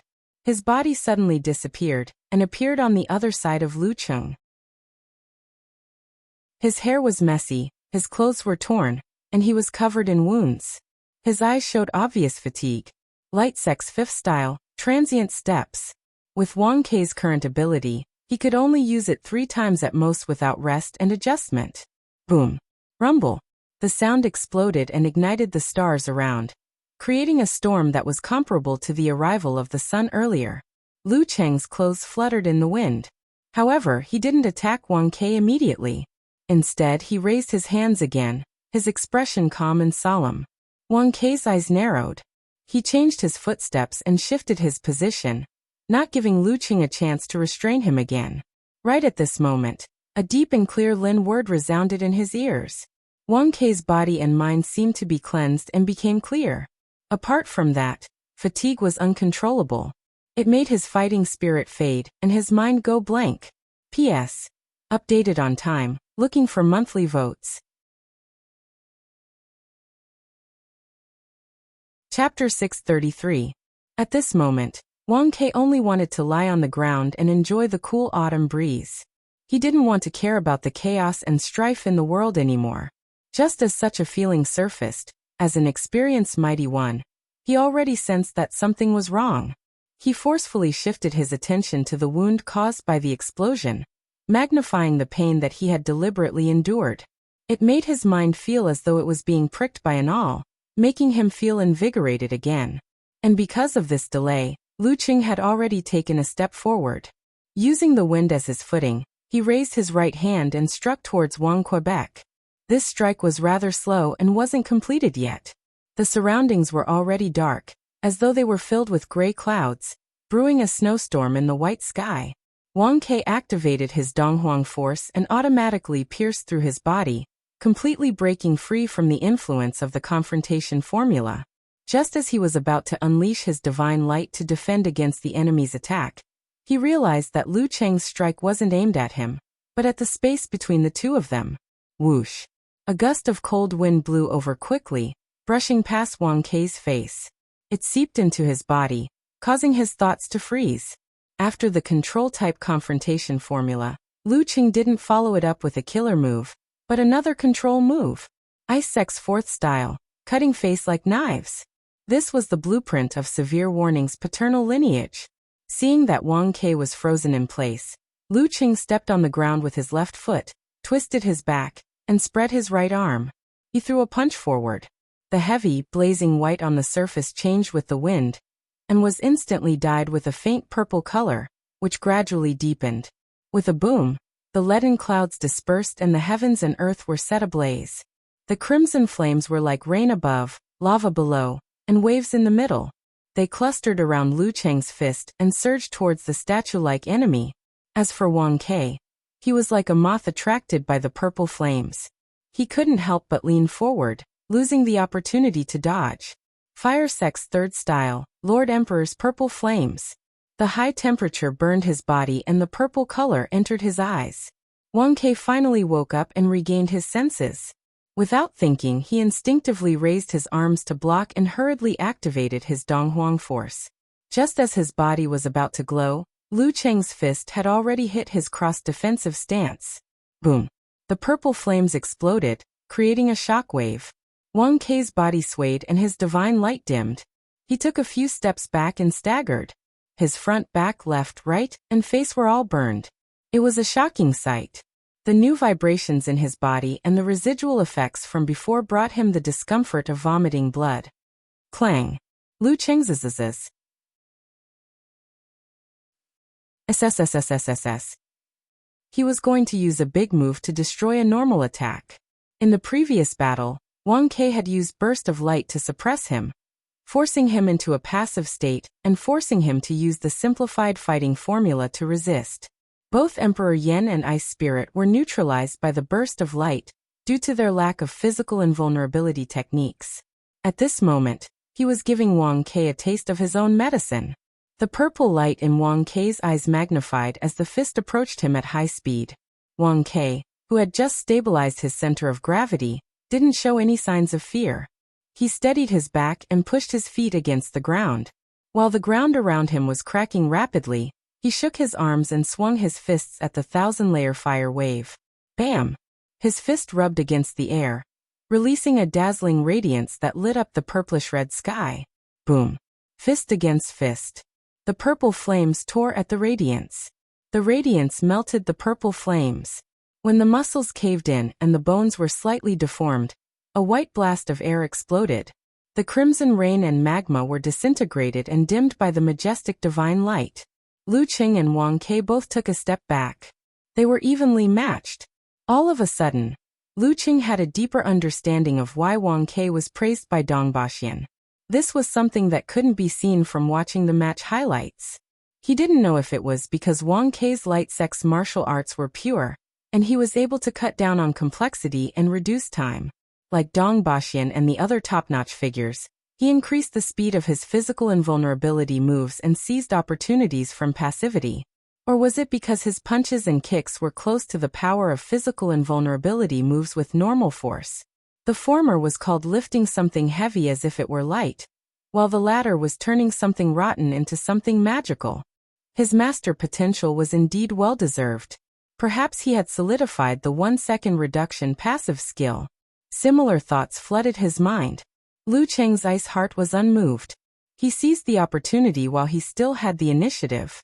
With a stomp, he activated his body movement. Whoosh whoosh whoosh. A strong gust of wind was stirred up on the spot by Lu Cheng. He kept changing his position, throwing punches and kicks crazily. He was as fast as a machine gun, and every punch and kick was accompanied by dreamy cold light and white fog. Bam bam bam. He swung his punch backwards, borrowed the force to pull his leg back, and launched another attack. He was like a spinning top, getting faster and faster as he fought. Every time he clashed with Wang Ke, the coldness and stiffness in his opponent's body would increase. From his fist and arm, it penetrated through the Donghuang force's counteraction and spread throughout his entire body. Ice Sec's third move, Blizzard Storm. Its simplified and simplified version was called 24 Blizzard Strikes. Bam bam bam. Wang Ke's physical invulnerability moves couldn't keep up with Lu Cheng's craziness and continuous attacks. He could only contend with his normal punches and kicks that contained the Donghuang force. Although they were equally strong and extraordinary, he was still completely suppressed and couldn't shake them off. Gradually, he felt his limbs stiffen and his body's movements become sluggish. At this moment, Lu Cheng had also reached his limit. He took the initiative to change. Abruptly, he stopped his movements and gathered his force concentration towards his lower abdomen. Seeing this, Wang Ke wanted to dodge. However, the stiffness of his body slowed his movements. He had no choice but to use force concentration to neutralize the negative effects. His qi and blood collapsed, darkness gathered, and stars appeared, occupying the mainstream of the universe. Lu Cheng had fully displayed the side effects of practicing 9 rotations of 5 flames. Descent of the Sun. This was the exact opposite of the lament of the Ice Queen. Bam. His muscles swelled, and he swung his back. He threw a punch. The instant burst of light was as though he was practicing the golden scriptures of Donghuang. Boom. Wang Ke activated his Dan force in time and swung his forearm to block Lu Cheng's punch, creating an exaggerated explosion. Thump thump thump. He took a few steps back. Blood and flesh could be seen on his arm. There seemed to be cracks on his bones. He was at a disadvantage. Just as Lu Cheng pounced and closed in on him again, a glow appeared on the surface of Wang Ke's body. He took a step diagonally. With a flash of light, he disappeared from his original spot, leaving only an afterimage. This was the third time he had used transient steps. Lu Cheng quickly formed an ice wall, raised his arms and blocked in front of him. Boom. At the same time Wang Ke's figure appeared, there was an explosion. The airflow was chaotic, and Lu Cheng's crystalline body shattered. He was forcefully pushed back a few steps. Taking advantage of this opportunity, Wang Ke released rays of divine light from inside out. His fatigue decreased significantly, and many of his wounds showed signs of healing at an accelerated rate. The 6th style of the light sect, Lofty Holy Light. This could affect the opponent's mental state, and at the same time, it could strengthen the user, squeeze out their potential, and heal injuries. Seeing this, Lu Qing was momentarily annoyed. Seeing that it was too late to stop him, he could only circulate his qi and blood to stimulate his body. He quickly used the simplified wholeness formula to refresh his body. Wang Ke sensed the change in him and laughed out loud. Again. He had also fought with passion, no longer keeping a low profile as usual. Bam, bam, bam. The two of them turned at high speeds, stirring up strong winds. They kept looking for opportunities, but to no avail. After a while, they clashed again. Lu Cheng's Dan force exploded. Using his body as a bow and his arm as a string, he shot out his fist at lightning speed. Just as Wang Ke raised his arm to block, he heard a muffled sound from his opponent's fist. Sparks bloomed, and the trajectory of the fist changed strangely. It went from a straight-up punch to a downward punch.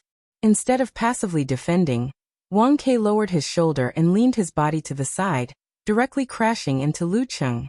He avoided the third possible change in direction, and seized the opportunity to attack. Bam bam bam. Rumble rumble rumble. The two of them kept exchanging blows in the narrow space. Their close-range combat techniques were on full display. Sometimes it was raining fire, and sometimes it was shining brightly. During this process, the purity of Wang Ke's martial arts was maximized, causing Lu Cheng to slowly fall into a disadvantageous position. I can't continue like this. Otherwise, it'll be hard to turn back. A thought flashed through Lu Cheng's mind, and he changed his fighting style. As he struck with his fist, he formed a crimson fireball around him. It was as though he was accumulating energy to perform 9 rotations of 5 flames. Descend of the sun. Boom. Lu Cheng's fist landed on Wang Ke's arm. The crimson fireball around him didn't wait any longer. It descended rapidly and was ignited by the light shot out by his opponent. Air billowed, and the two of them retreated. Lu Cheng formed a blazing white fireball around him again. It grew bigger and bigger like the sun. Bam! Wang Ke rushed over, turned his back halfway, and threw out a punch. It was as though he didn't want to give Lu Cheng the time to gather the 5 flames. Lu Cheng responded accordingly. Just as the two of their fists were about to meet, light suddenly gathered in Wang Ke's eyes and shot out. It brushed past the blazing white fireball and destroyed its balance. This was one of the methods he prepared to deal with 9 rotations of 5 flames. The reason why he didn't use it earlier was to not alert Lu Cheng, and to trick him into expending more energy. Boom! The blazing white fireball exploded in midair, turning into drops of fire rain. Lu Cheng and Wang Ke's clothes fluttered as their fists collided. In what was supposed to be a simple exchange, Wang Ke felt an extremely cold force surge towards him. He saw ice crystals forming around him, isolating him. He was sealed in an ice coffin in an instant. Lu Cheng was using the 5 flames as bait to secretly use the lament of the Ice Queen. When the flame force was far away, wouldn't the body be left with only darkness and coldness? This was the overall meaning of the lament of the Ice Queen. Just as Wang Ke was hit by the move, Lu Cheng immediately changed his visualization and launched a frenzied attack. Every move was heavy, and every punch was filled with flames. Boom, boom, boom. Wang Ke's punches and kicks were difficult. He was dizzy from the attacks and was in danger within a few seconds. Bam! Lu Cheng raised his arm high and threw a punch down, breaking Wang Ke's stance. He hit him so hard that he saw stars and his qi and blood were in turmoil. Bam! Lu Cheng threw another punch and stopped in front of Wang Ke's dazed eyes. The referee saw it from afar and shouted, "Lu Cheng wins."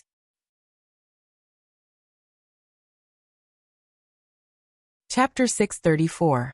The air that burned his respiratory tract gradually cooled down. Everything in front of him that was distorted by the high temperature returned to normal. Wang Ke's eyes regained their luster. He patted the dust off his clothes and stood up straight. He looked at Lu Cheng and said thoughtfully, "Ice and fire in one?" This sentence was sent via voice transmission to avoid being recorded by the camera. Lu Cheng knew that he couldn't hide the essence of that move from Wang Quebec. He nodded calmly and said, "Yes." Wang Ke seemed to have solved a difficult problem.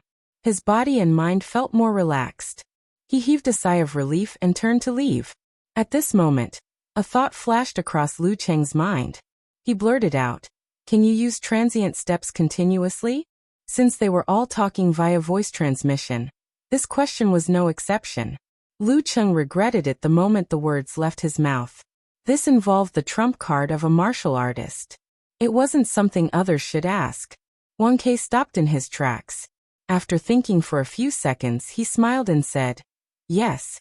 With that, he didn't stay any longer. He walked along the path full of potholes and flames towards the exit he came from. His back was straight, and he looked neither humble nor arrogant under the spotlight. Yes. Lu Cheng nodded slowly.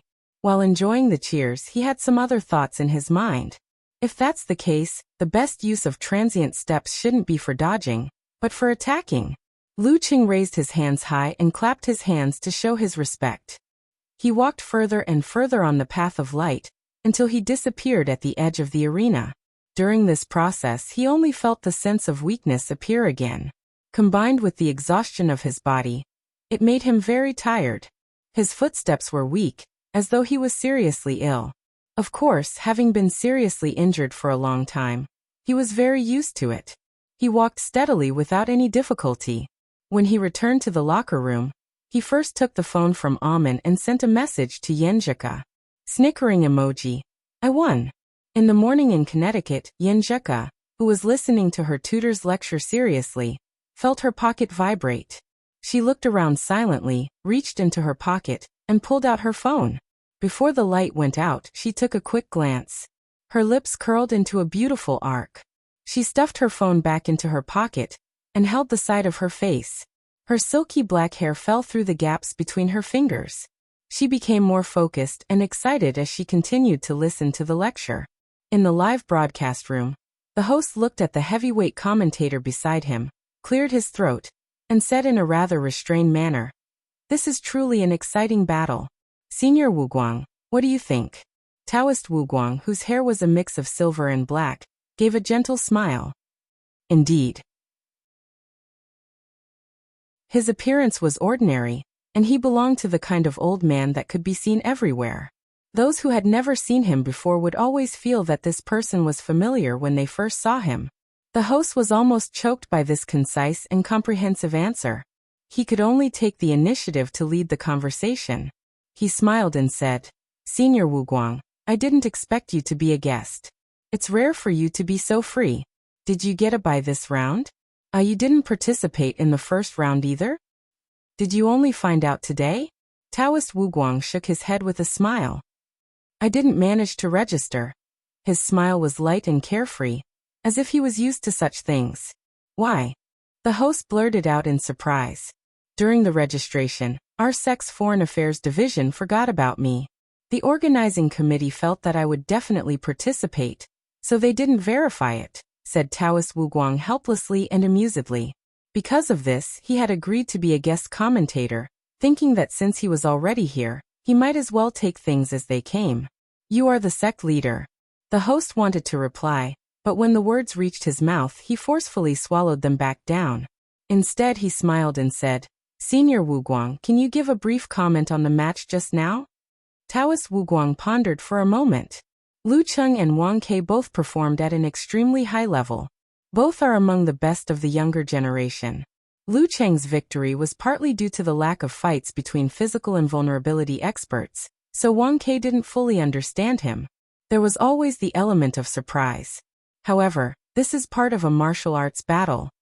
Fortunately, this is modern times, and it's a challenge tournament. If this were 100 or 200 years ago, or even 1,000 or 2,000 years ago, the secret trump card would be the key to a martial artist's victory. Many strong martial artists couldn't stand up again after a moment of carelessness or carelessness. Physical and vulnerability experts still have a chance to regret. As for those below, Wu Guang shook his head and continued. "Here I have to criticize Wang Quebec.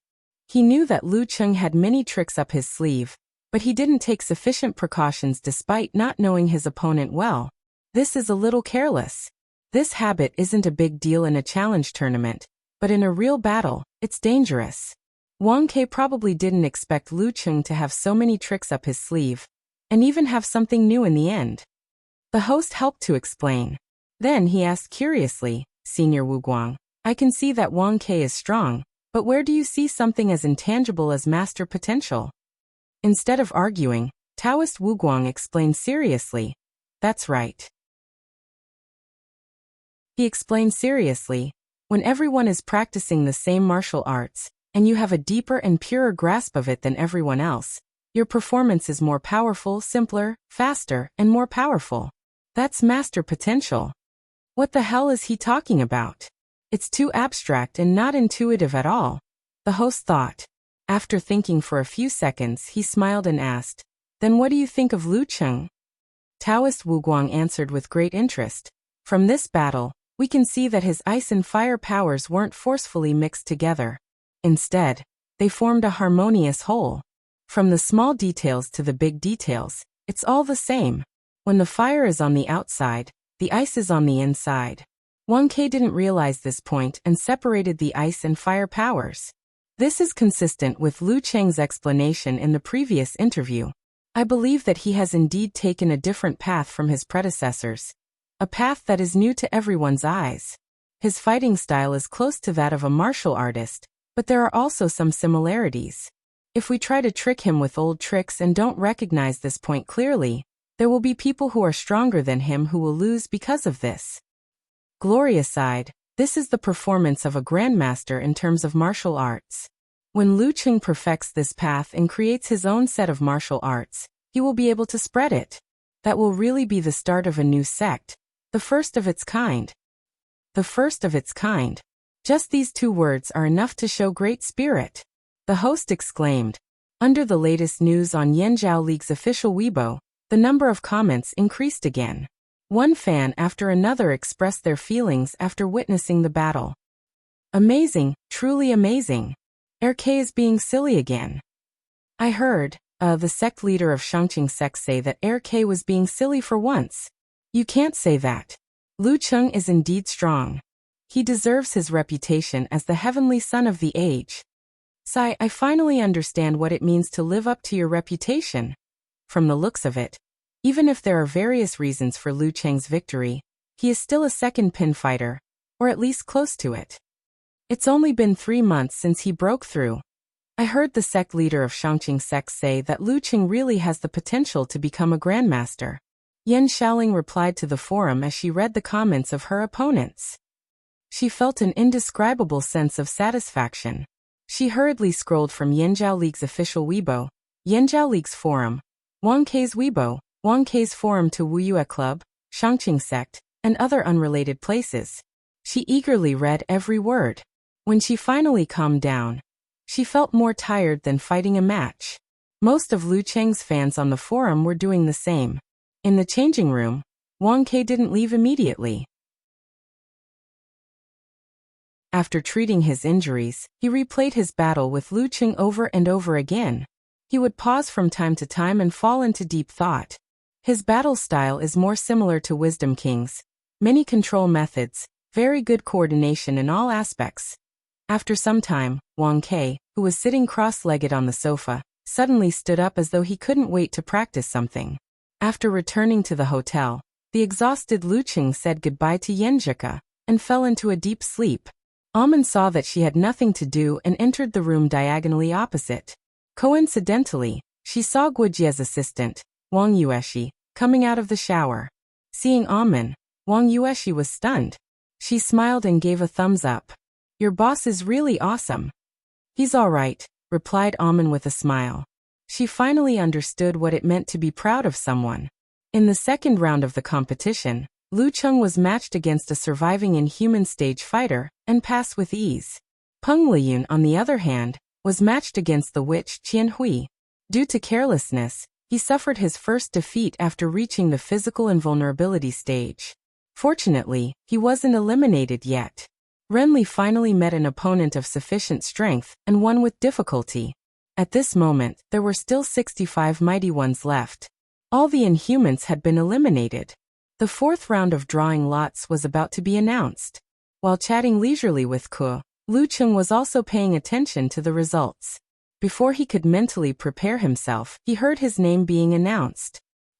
Lu Cheng shifted his gaze to the TV screen and waited for the results to be announced. The guest opened the paper and announced with a smile, Daxing Temple, Living Buddha Shirshan.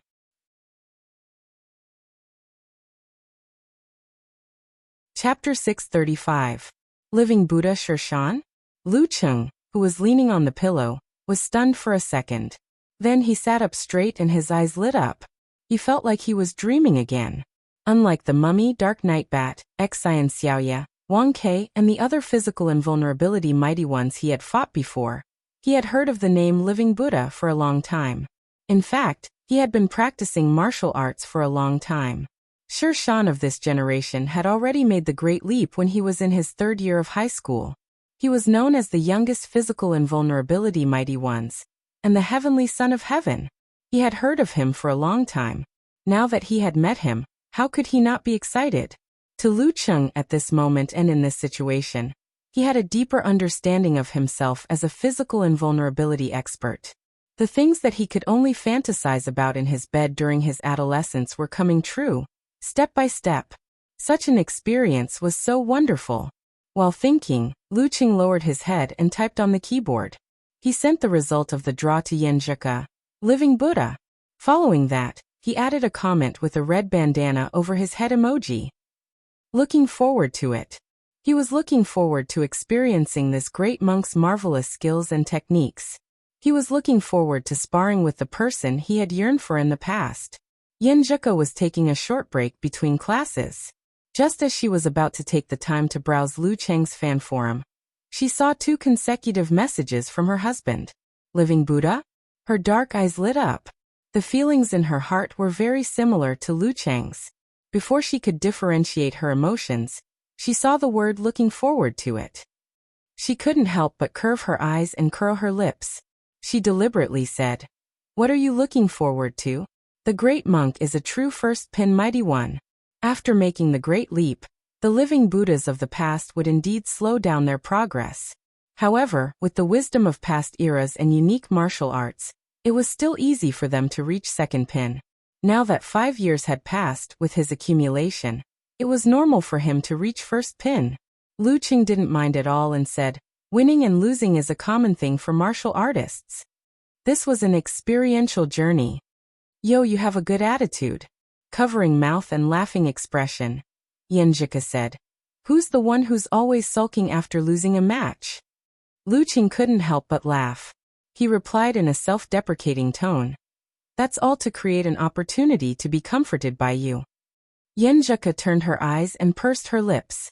She turned her head and looked to the side with a smile on her face. At this moment, she saw her mentor slowly walking in.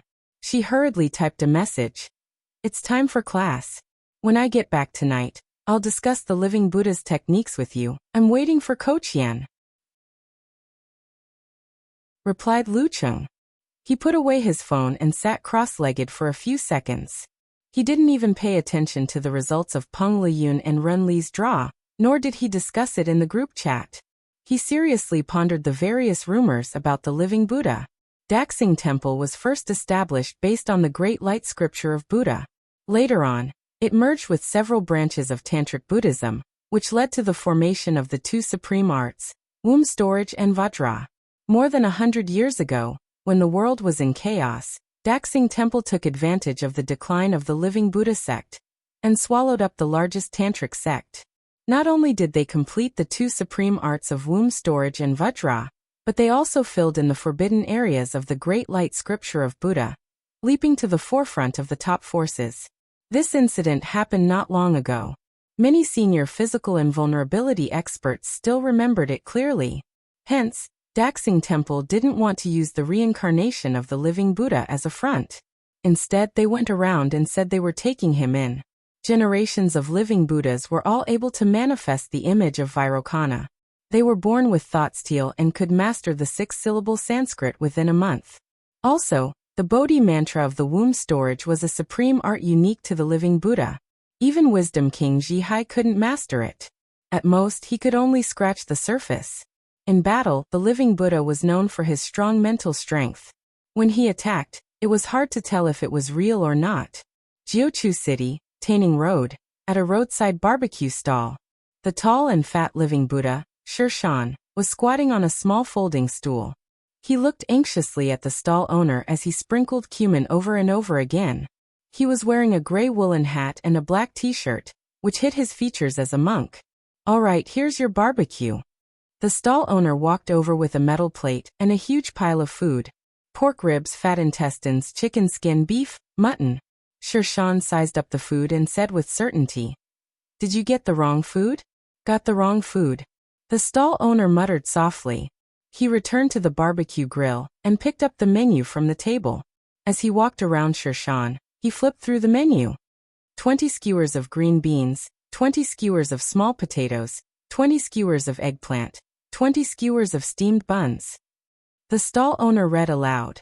He looked at Shan and asked in surprise, "You're a vegetarian?" "Is that strange?" Shan smiled and asked in return. "Your figure." The stall owner paused and said, "You really don't look like one."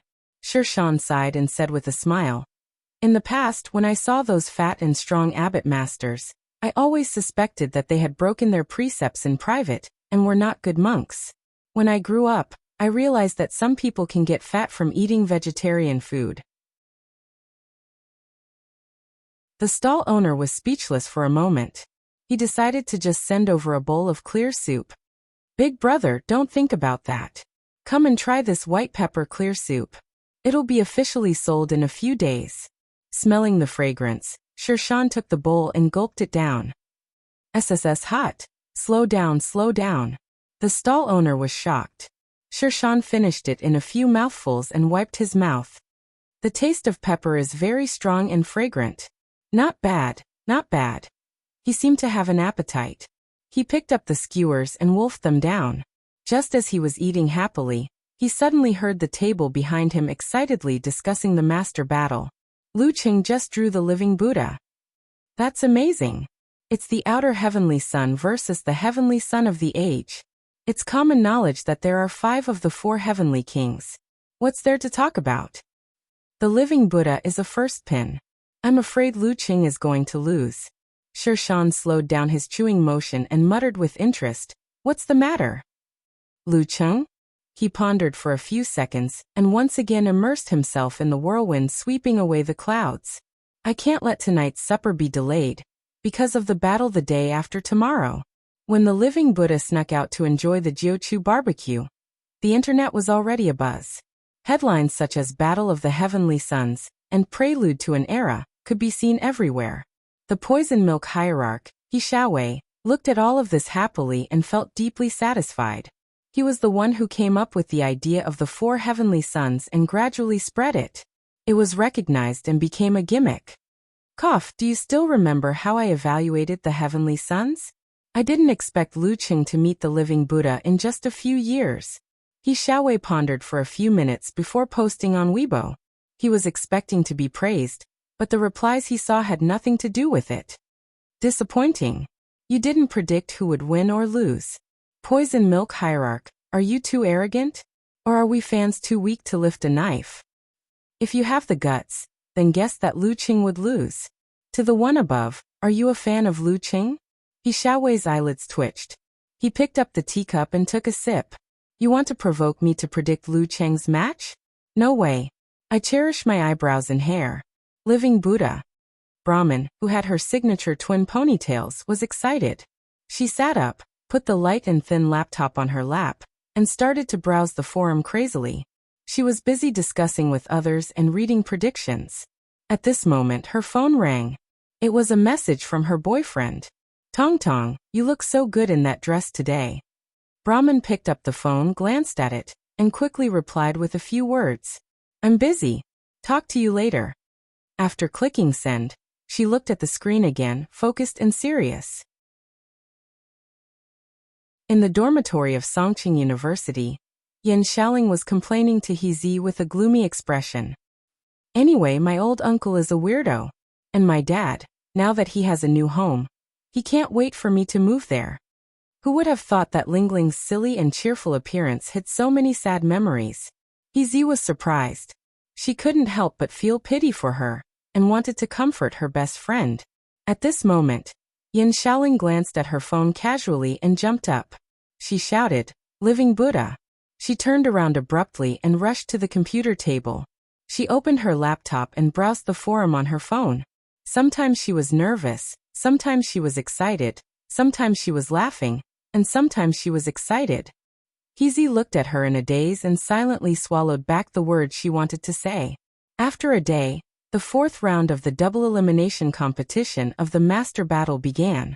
The battle between Lu Cheng and Living Buddha Shirshan was scheduled for the last match in the afternoon.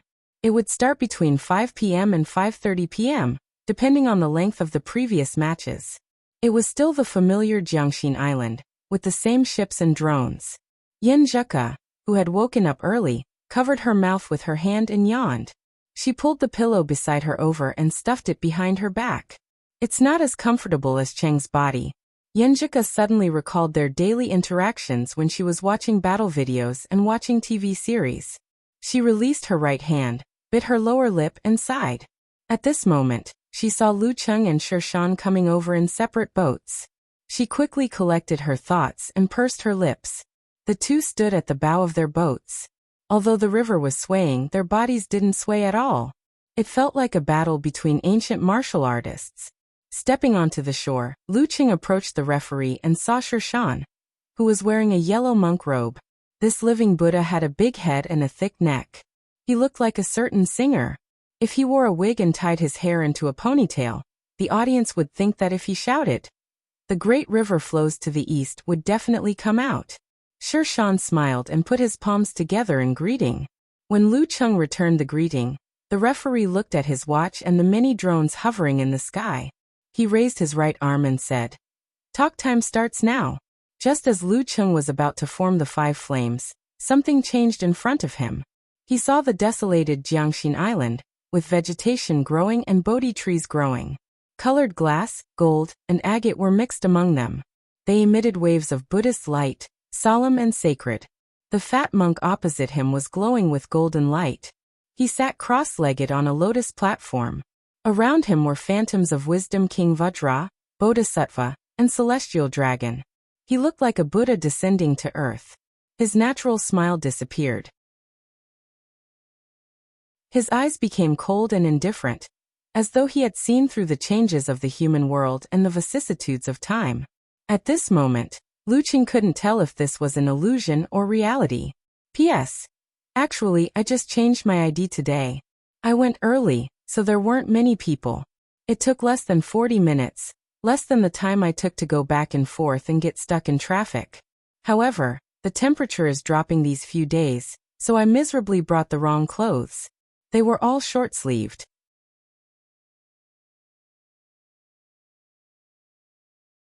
Chapter 636. The sky seemed to be shrouded in glass, sprinkling a faint golden glow. Living Buddha Shirshan sat on top of the lotus platform, quietly looking down at Lu Cheng without any intention of speaking. Instead, the illusory figures of bodhisattvas and wisdom kings surrounding him moved their lips, chanting scriptures. Their chanting was muffled, just like what visitors would hear during morning and evening classes in the temple.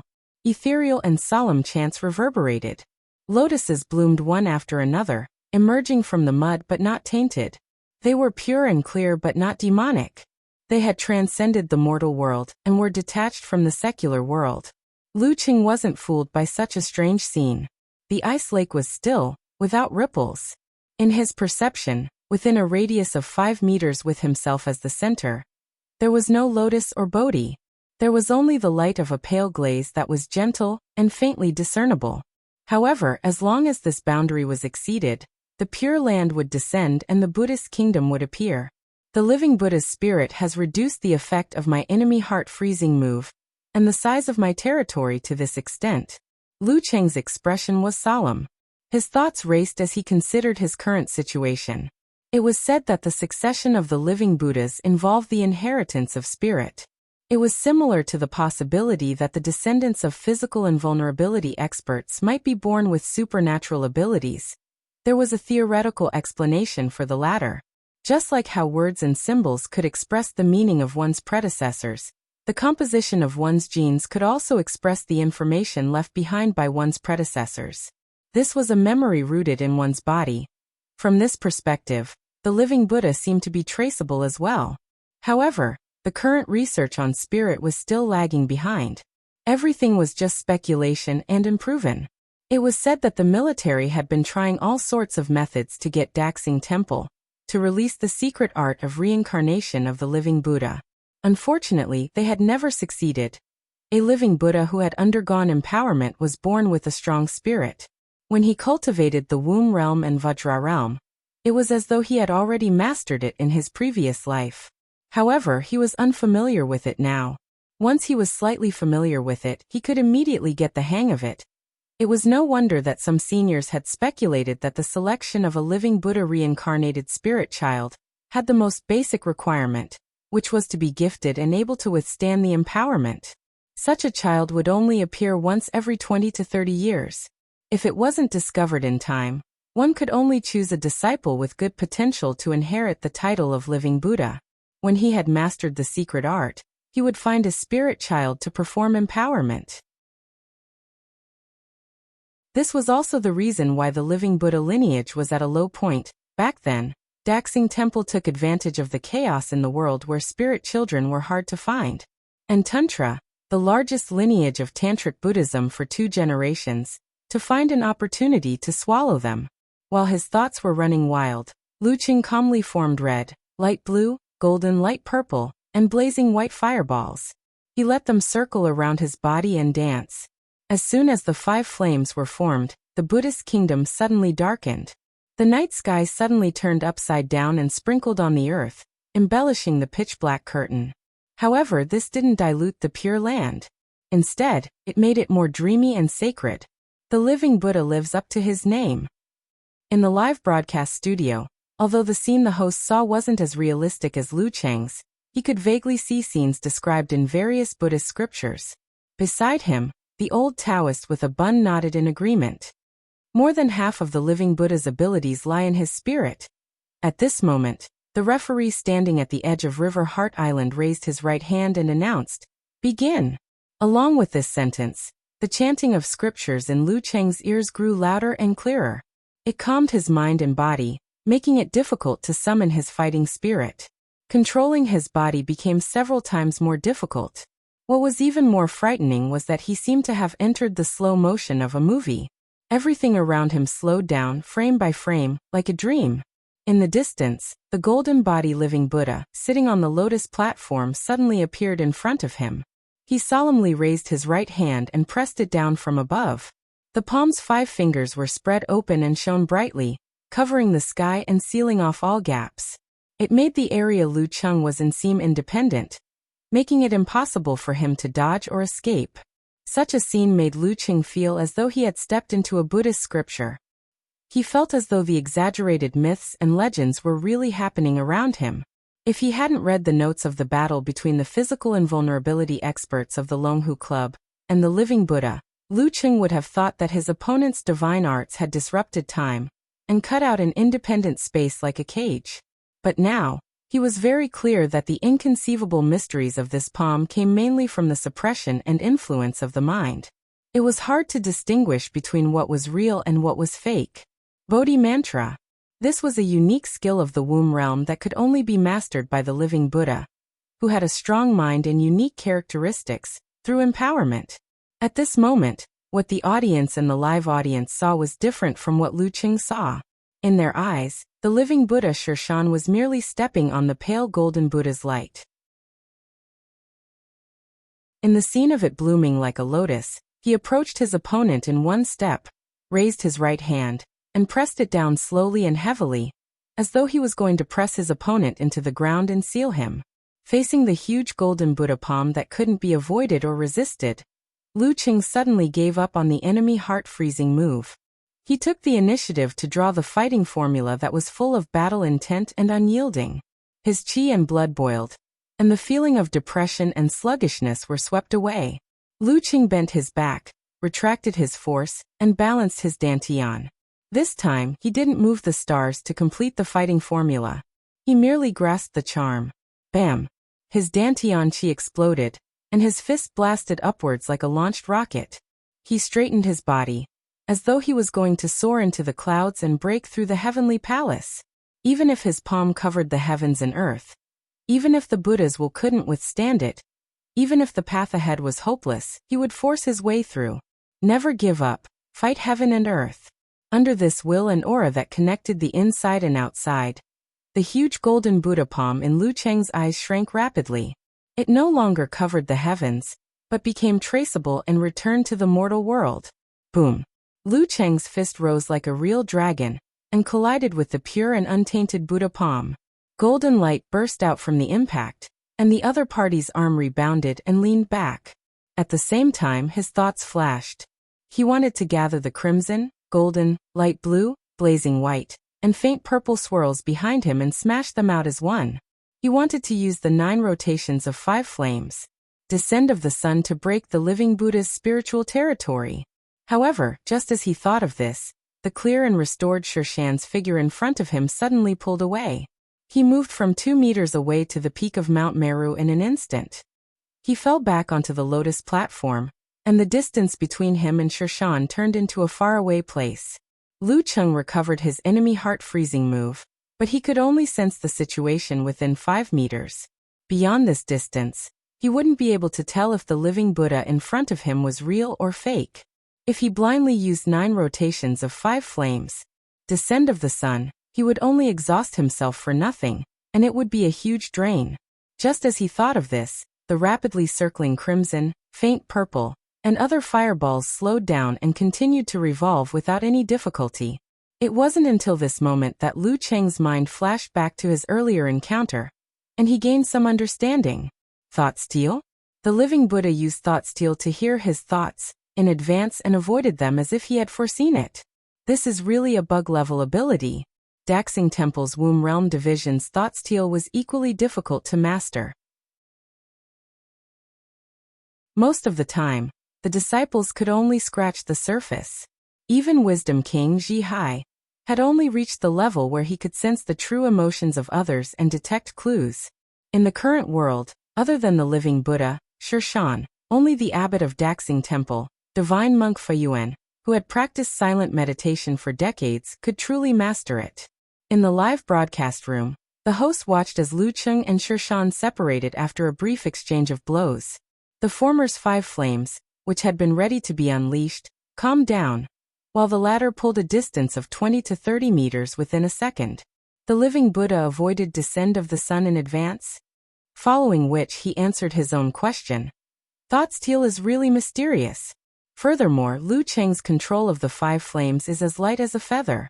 I've only seen it on the Dragon King. To be able to forcefully retract and rebalance when he's about to release it, that's no simple feat. As the host rambled on, the silver-haired old Taoist beside him tried to open his mouth a few times, but couldn't find a chance to interrupt. Being very polite, he didn't want to interrupt the host and could only quietly play the part of the background. After a short exchange, both Lu Cheng and the living Buddha, Shirshan, had a more direct impression of each other's style, strength, and standards. At this moment, the living Buddha didn't approach. Instead, he continued to sit cross-legged on the lotus platform at the peak of Mt Meru. His hands formed a seal and his lips opened and closed. Om. Ma. Inai. Ba. Mi. Hum.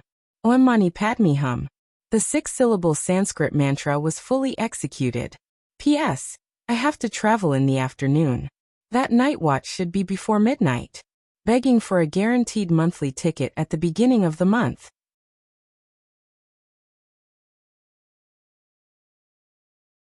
Chapter 637. Wang Mani Padme Hum. Wang Mani Padme Hum. Living Buddha Shirshan chanted faster and faster. The glazed golden light around him grew brighter and brighter. It was as though something between heaven and earth was being triggered by the 6 syllables, glowing in layers. Lu Cheng could only hear the buzzing of the incantation in his ears. An obvious emptiness appeared in his head, and his body gradually lost strength. Every bone, every joint, and every muscle seemed to have been sealed. They were all slowly being tightened. His spine bent bit by bit and his back arched. It was as though he was bearing the weight of several mountains. Movement was so difficult that even standing seemed like a luxury. Not to mention controlling the faint purple and golden fireballs around him. The 6 syllables of Sanskrit had the ability to suppress and seal. It was known as the supreme technique left behind by Buddha in the past. Seeing that the 5 flames were about to disintegrate, Lu Qing couldn't care less. While the suppression was still light, he turned his back, clenched his fist and punched forward. Golden, faint purple, and light blue colors gathered and followed the wind of the punch, smashing into the ground. An extremely bright, blazing white light exploded, instantly illuminating the surrounding pure land of Buddha's light, shattering it into pieces as though it was being swallowed. Rumble! The loud noise shook the entire Jiangxin island, dispersing the chanting of Wang Mani Padme Hum. At this deafening moment, Lu Qing felt an unprecedented sense of peace. His mind was no longer blank, and the shackles on his body were being unlocked one by one. He was breaking technique with brute force. He was breaking the secret technique of Buddha with the power of reality. At this moment, the spectators on the ship saw living Buddha Shirshan, who wasn't far from Lu Qing and had escaped the most violent effect of the 9 rotations of 5 flames, taking a step forward. Going against the wind and waves, he approached his enemy. Around him, the Buddha's light exploded. It was bright and pure, forming an apparition of Vairocana that was a few meters tall. It was an apparition that was almost real and had fused with the actual body. This Buddha's face was full of compassion and compassion. He extended his huge right palm and pressed it towards Lu Qing as though he was swatting a fly. It was the Vairocana body, the fundamental technique shared by the Great Light Scripture, Womb Realm, and Vajra Realm. At this very moment, Lu Qing had just broken free from the light and sound of the 9 rotations of 5 flames. He turned around amidst the wind, waves, and flames. Suddenly, he saw that the entire sky was occupied by a golden Buddha, and it was still expanding rapidly. In that instant, Lu Qing felt as if the earth he was on had become a precious jewel in front of the golden Buddha, not to mention himself, who was so small compared to the earth. Immediately after, the Mahavairocana, who was full of majestic appearances, stretched out his palm and pressed down. Lu Qing took a deep breath. He still hugged ice and fire to his lower abdomen, and moved the stars to form the fighting formula. Bang! The air around him exploded, and he also became huge.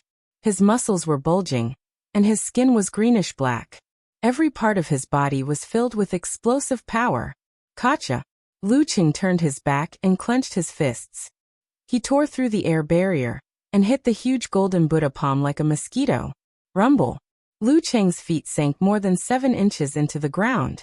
However, the golden Buddha's palm rapidly shrank, and was momentarily suspended in midair. Now was the time. Lu Qing didn't attempt to break free. Instead, he seized the opportunity and arched his back. Darkness appeared around him. Coldness pervaded the air, and the stars sparkled brightly. This was his ultimate move, Cosmic Phantom. There was no gap or obstruction between it and the previous moves. It was as if he had been mentally prepared for this. Lu Qing didn't use the 9 words formula against the 6 syllables of Sanskrit mantra. Instead, he relied on the 9 rotations of 5 flames, which drained a lot of power. He wanted to give the living Buddha a chance to attack at close range. His powerful mind and Bodhi mantra had shrunk Lu Qing's senses to a range of 5 meters. Even if he wanted to exchange long-range attacks with the enemy, he wouldn't be able to tell the difference between reality and illusion. He wouldn't be able to suppress the living Buddha like he did with Xian Xiaoya. Therefore, he deliberately showed weakness and dealt with it simply. He wanted to draw the battle into the realm of close combat, and use his rich experience to search for opportunities to win. As Lu Qing straightened his back and raised both his hands, the starry sky shifted upwards. Darkness covered the palms that were still emitting a faint golden glow. Layers of crystal-clear ice condensed and sealed the Buddha's palm. Vairocana lost its mystical appearance, and reverted to the big-headed and thick-necked Shirshan. This was the first time Lu Qing truly saw his opponent since the start of the battle. Although he could grasp the enemy's figure within a range of 5 meters during the short exchange, he couldn't see his actual appearance. Like a flash of lightning, the layer of ice spread rapidly, sealing the living Buddha Shirshan within. This confirmed Lu Qing's suspicions. The complete version of Thought Steal was also limited by distance. In fact, it was only effective within a range of a few meters. His previous thoughts were hidden from the living Buddha. Whoosh whoosh whoosh. In the dark universe, the stars flew out and crashed into Sher Khan, who was in the ice. At this moment, the living Buddha, who had yet to lose his consciousness and control of his body, suddenly erupted with layers of golden light. They transformed into a huge lotus flower that first bloomed and then formed a bud, completely enveloping Sher Khan. In an instant, the surrounding ice blocks seemed to have become heavier and plummeted, bringing the living Buddha away from most of the stars. Rumble, rumble, rumble. Streaks of red light flashed like dense rocket launchers. Explosions sounded one after another. With both feet on the ground, the living Buddha, Sher Khan, was no longer as sacred and dignified as before. The ice layer around him shattered, and even melted into water. The lotus flower formed by the Buddha's light also dissipated, leaving many tattered spots on his yellow warrior monk robe. On the other side, Lu Cheng had already broken free from the ground. He stood there, judging the timing and accumulating his strength. Every joint, every muscle, and every tendon in his body was making muffled noises. The sound was dense and shocking, and the snow that suddenly fell from the sky was also stacking up in the air, quickly forming a white divine mountain that seemed both real and illusory. Bam! Just as the living Buddha was about to land, Lu Cheng clenched his fist and punched forward. The few meters between them were filled up in an instant. Rumble! The accumulated strength in Lu Cheng's body burst out like a flood. The snow mountain around him collapsed with a loud bang. Accompanied by the wind from his punch, it rushed towards the living Buddha in a mighty manner. This was a variant of the ice sect's snowstorm, the real mega avalanche. The ice sect didn't only have control and martial arts that could gradually influence the opponent, they also had secret arts for strong attacks. The only problem was that they took too long to prepare. Faced with the collapse of the snow mountain, Sher Khan didn't have time to react. He could only take a deep breath, expand his body, gather the Buddha's light, and transform into the simple wisdom king with indigo skin. He smashed forward with all 6 arms. Rumble! White flowers flew in all directions. The mega avalanche paused for a moment before continuing forward, leveling the pothole. Sher Khan took advantage of the pause and dodged pathetically, avoiding the mega avalanche. However, before he could widen the distance, Lu Cheng closed in again. He spread out his arms, coordinated with his legs, and launched a round of aggressive attacks. He couldn't let the living Buddha leave this area again. He used mental suppression and the Bodhi mantra to regain control of the situation. Bam, bam, bam. Lu Cheng's fists were burning with a faint purple hue, showing a heavy and scorching intent. His attacks were extremely aggressive, burning off Sher Khan's sleeves and charring his skin. On the other hand, the living Buddha stood firmly on the ground, neither swaying nor swaying. Fist against fist, foot against foot, he did not show the slightest sign of weakness. The negative effects and the burning effect of the fire force seemed to have disappeared without a trace. With his feet as the center, cracks appeared on the ground. Each crack had traces of being burned. Lu Cheng attacked crazily for a while, and gradually reached the point where he needed to catch his breath. Seeing that the living Buddha was still as unmoving as a mountain, another plan flashed through his mind. Take the initiative to change the rhythm, and find an opportunity to use the formation formula. Bam! Lu Cheng swung his right fist to the side, wearing a faint purple flame glove, and ruthlessly smashed it on Sher Khan's charred forearm, causing his muscles to tremble slightly. Taking advantage of this opportunity, Lu Cheng took the initiative to swing backwards. Just as he was about to quickly use the formation formula, he suddenly thought of the living Buddha's thought steal. He knows that I will use the formation formula. Lu Cheng followed his instincts and withdrew his Dan force, distancing the stars from the darkness and causing the edges of the universe to become colder. Another art of control, Lament of the Ice Queen. Bam! Lu Cheng took another step forward and struck out with his palm. Sher Khan, who was about to turn around, stopped abruptly and raised his hand to push back. Thought Steal can indeed hear my thoughts, but if I change my mind in a split second, he might not be able to react in time. Lu Cheng seemed to have discovered something. His palm strike was so resolute. Bam! Amidst the dull thud, the living Buddha's surroundings burned with glassy flames. They were instantly frozen, suspended in the air like a work of art. However, they quickly collapsed. Bam, bam, bam. The collapse of the guardian glassy flames prevented Sher Shan from being sealed by the layer of ice. He took a step back and his expression turned solemn. Seeing this, Lu Qing raised his other hand and formed a seal. He said in a low voice, "Formation." At the same time the living Buddha, Sher Shan also said solemnly, "Wang." The Buddha's will intensified and the air became tame, not turning into a cage. Bam! The living Buddha took a step forward, his expression solemn and his gaze indifferent. He struck out with his palm as though he was looking down at Lu Qing. Lu Qing suddenly felt a sense of danger. Just as he was about to dodge, he suddenly became dazed. He felt as though he had become a monk reciting scriptures and fiddling with prayer beads all night long.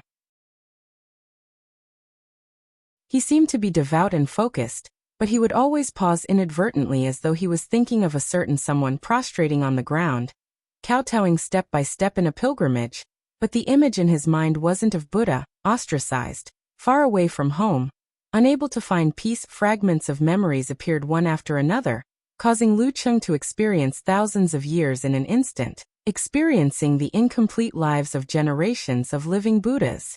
This made him feel as though his memories were in chaos, and he was mentally and physically exhausted. Finally, after much difficulty, he outlined the confrontation formula. His body and mind were clear, but his spirit was also drained. The figure of the living Buddha before him became clear. Lu Qing made a turn to avoid facing him head-on, and was about to use the simplified wholeness formula to refresh his status. However, at this moment, his sense of danger suddenly emerged. Before he could react, he felt a chill on his forehead. Sher Shan's thick palm had already pressed down on his forehead. The living Buddha's figure re-outlined, his expression calm. Lu Qing stopped in his tracks and understood the reason. Just now his spirit was drained and his ice heart broke. Even if he was within 5 meters, he was still confused by the illusion. At this moment, the referee announced loudly, "The living Buddha wins. P.S. Before 12 a.m., please guarantee the minimum monthly votes."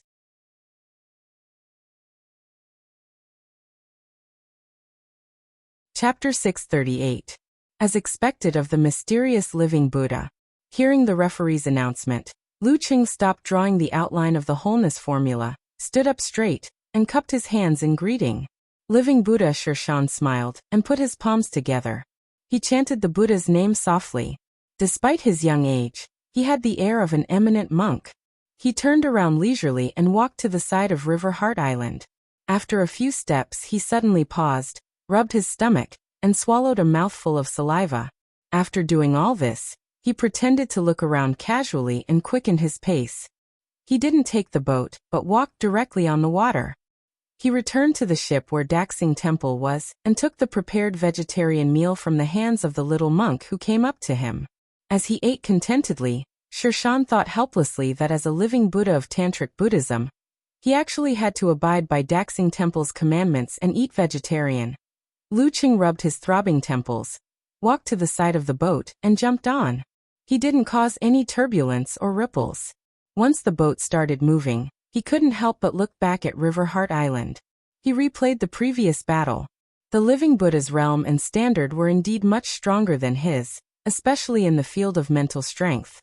He could have beaten his current self, and he had fully utilized this trait. It wasn't difficult for him to win. With his current strength, he had barely touched the edge of second pin. He was able to win against Wang Ke because of his rich experience in life and death battles. Not to mention his outstanding performance on the spot. The key to his victory was that Wang Ke wasn't used to his ice and fire as one, and fusion of martial arts and cultivation fighting style. He was caught off guard by certain moves and suffered a loss. If they had immediately fought a second or third time, the outcome might not have been the same. As these thoughts flashed through his mind, Lu Qing reassessed himself and returned the little bit of arrogance he had accumulated since he made the great leap back to its original form. This mentality was not something that could be used for the rest of one's life. As one's strength increased and one's victories piled up, pride and arrogance would still quietly grow. One had to constantly wipe one's heart and soul. Almost all the experts more or less had similar problems, and the Dragon King's conceit was even more obvious to the extreme. After reviewing his battle and himself, Lu Qing approached Longhu Club's ship. He pressed the button and leaped up, landing firmly on the deck. He took his phone, ring, wallet, and other items from Amen. At this moment, Yenjuka had already sent a message. Looking up at the sky, rolling my eyes, she said, "I feel like you were tricked by the Bodhi mantra in the end." Yes.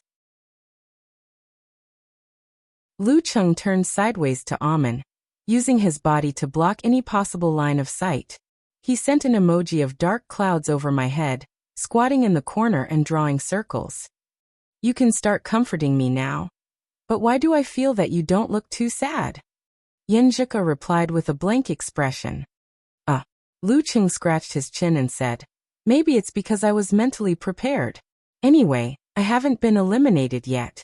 Not liking to lose is one thing, but knowing one's own limitations is another. I'm not depressed now, but I'm suddenly filled with motivation.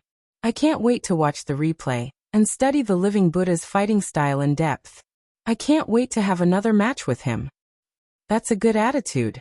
Come, let me give you a kiss," Yenjuka said, half complimenting and half consoling him.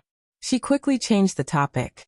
"Is the living Buddha's mental strength very powerful?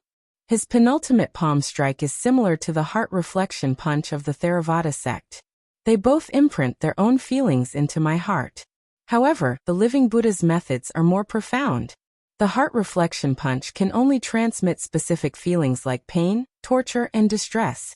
But he can pull me into his memories and experience 1,000 years in an instant, experiencing the lives of generations of living Buddhas. If a person below the physical invulnerability stage were to encounter such a situation multiple times, they might break down on the spot or have a split personality. That's why the Bodhi mantra is also known as the Bodhi mantra."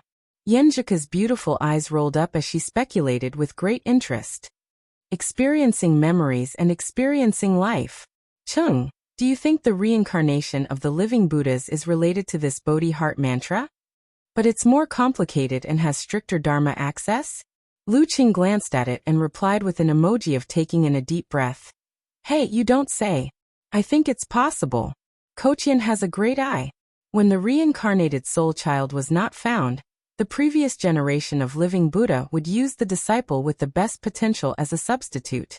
However, it would be impossible for them to perform the complete enlightenment. At such times, using a simplified version of the Bodhi mantra might be a backup plan to ensure continuity." Yenjuka laughed and said, "Don't think about it.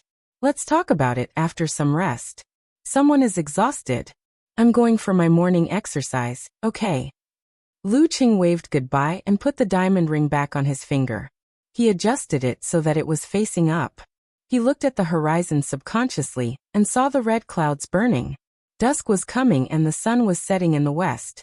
After Yenjuka put down her phone, she flipped open the blanket and got out of bed. After washing up, she changed into a white martial arts suit with black edges. She rubbed the ring on her left hand and adjusted its position slightly. She went downstairs quietly and ran towards the lawn under the faint light of dawn. At this time, the sky was still dark. A little orange light appeared in the distance and slowly expanded. After a nap in the car, Lu Cheng was full of energy again when he returned to the hotel. Through the TV screen, he watched the battle that night. Peng Liyun had turned the tables and defeated the opponent who was stronger than him. He stood firmly in the team that hadn't been eliminated. Renli was lucky to meet an opponent who was slightly weaker than her. After a tough battle, she won again. She was one of the few martial artists who had maintained a winning streak since the beginning of the competition. While watching the battle, Lu Cheng was in a good mood. He checked the news and peeked at his own forum. He was not disappointed when he saw that everyone thought it was natural for him to lose to Living Buddha. He just objectively analyzed the gap between them and looked forward to the speed of catching up. 2 more years. Maybe only 1 more year. At 9:30 in the evening, the last match of the 4th round came to an end. There were only 44 martial artists left who had not been eliminated. When the 5th round was held the day after tomorrow, the top 32 would definitely be determined. This was because the majority of the survivors were currently bearing a loss. 10 minutes later, the organizing committee broadcasted the 5th round of the lot drawing ceremony. The first one was Renli from Kongtong School. Then Renli's opponent was announced. Wu Qiao from Shushan study. Lu Cheng was delighted. He switched to the group and tagged Renli. The strong opponent you were hoping for is here. This was the leader of Shushan study, the mighty one with the most titles, King of Swords Wu Qiao. Of course, most of his titles were won before the era of the legendary twins. Later, due to old age, his condition began to deteriorate. He had only won one title in the competition between Warrior Sage and Dragon King. Renli quickly appeared and replied with shining eyes. He's my idol. To be able to compete with your idol in the arena is also a dream come true. Lu Qing echoed emotionally. Taoist sword Wu Qiao was a pure and powerful swordsman. He lost his left hand and half of his leg in a life-and-death battle in his early years. He was considered to be at the end of his martial arts career, and had no hope of further improvement. However, with his terrifying willpower he broke through the shackles and created the legend of King of Swords. In the past 20 years, all swordsmen more or less regarded him as a role model. Just as Lu Qing finished his thoughts, Peng Liyun appeared and said, "Not bad indeed. I also hope to meet a long-awaited opponent." "Who's your long-awaited opponent?" asked In Chaoyang curiously. Peng Liyun thought for a while and said, "There are too many. It's hard to give an example." The corner of Lu Cheng's mouth twitched. He replied with disdain, "Priest, I think you're as good at making lame jokes as my brother-in-law." Just as he finished, Peng Liyun's name was read out by the guest. Then his opponent was confirmed. Daxing Temple Zhihai. Wisdom King Zhihai. Another battle of the Heavenly Sons. I've been looking forward to this for a long time. Peng Liyun typed out a message. He didn't even consider the possibility of being eliminated if he lost another match. At this moment, Lu Qing heard his name. He quickly focused and looked forward to his opponent. After a while, the guest flipped a piece of paper and showed it. Shangqing Sect, Warrior Sage Qian Donglu. F***ck. Do you have to be so ruthless? Facing the big boss in the last round, Lu Qing didn't know if he should be depressed or happy. At this moment, and Chaoyang reminded him, "You're in the 18th match. Maybe you won't have to fight Warrior Sage. Enough people have been eliminated before. Same goes for Priest. The 17th match might not even happen." In the first 16 matches, most of the participants had lost at least one match. In fact, 9 of the matches were between them. There was bound to be someone eliminated. As long as another 12 were eliminated, the 5th round would be over. Makes sense. Lu Qing suddenly felt a little disappointed. After they finished their discussion and went to do other things, Renli suddenly appeared again and asked, "Who's your brother-in-law?" "The guess who drew the lot seems to be the sect leader of your sect, Priest." "Where is he?" She was too excited and agitated just now. P.S. Guaranteed monthly votes.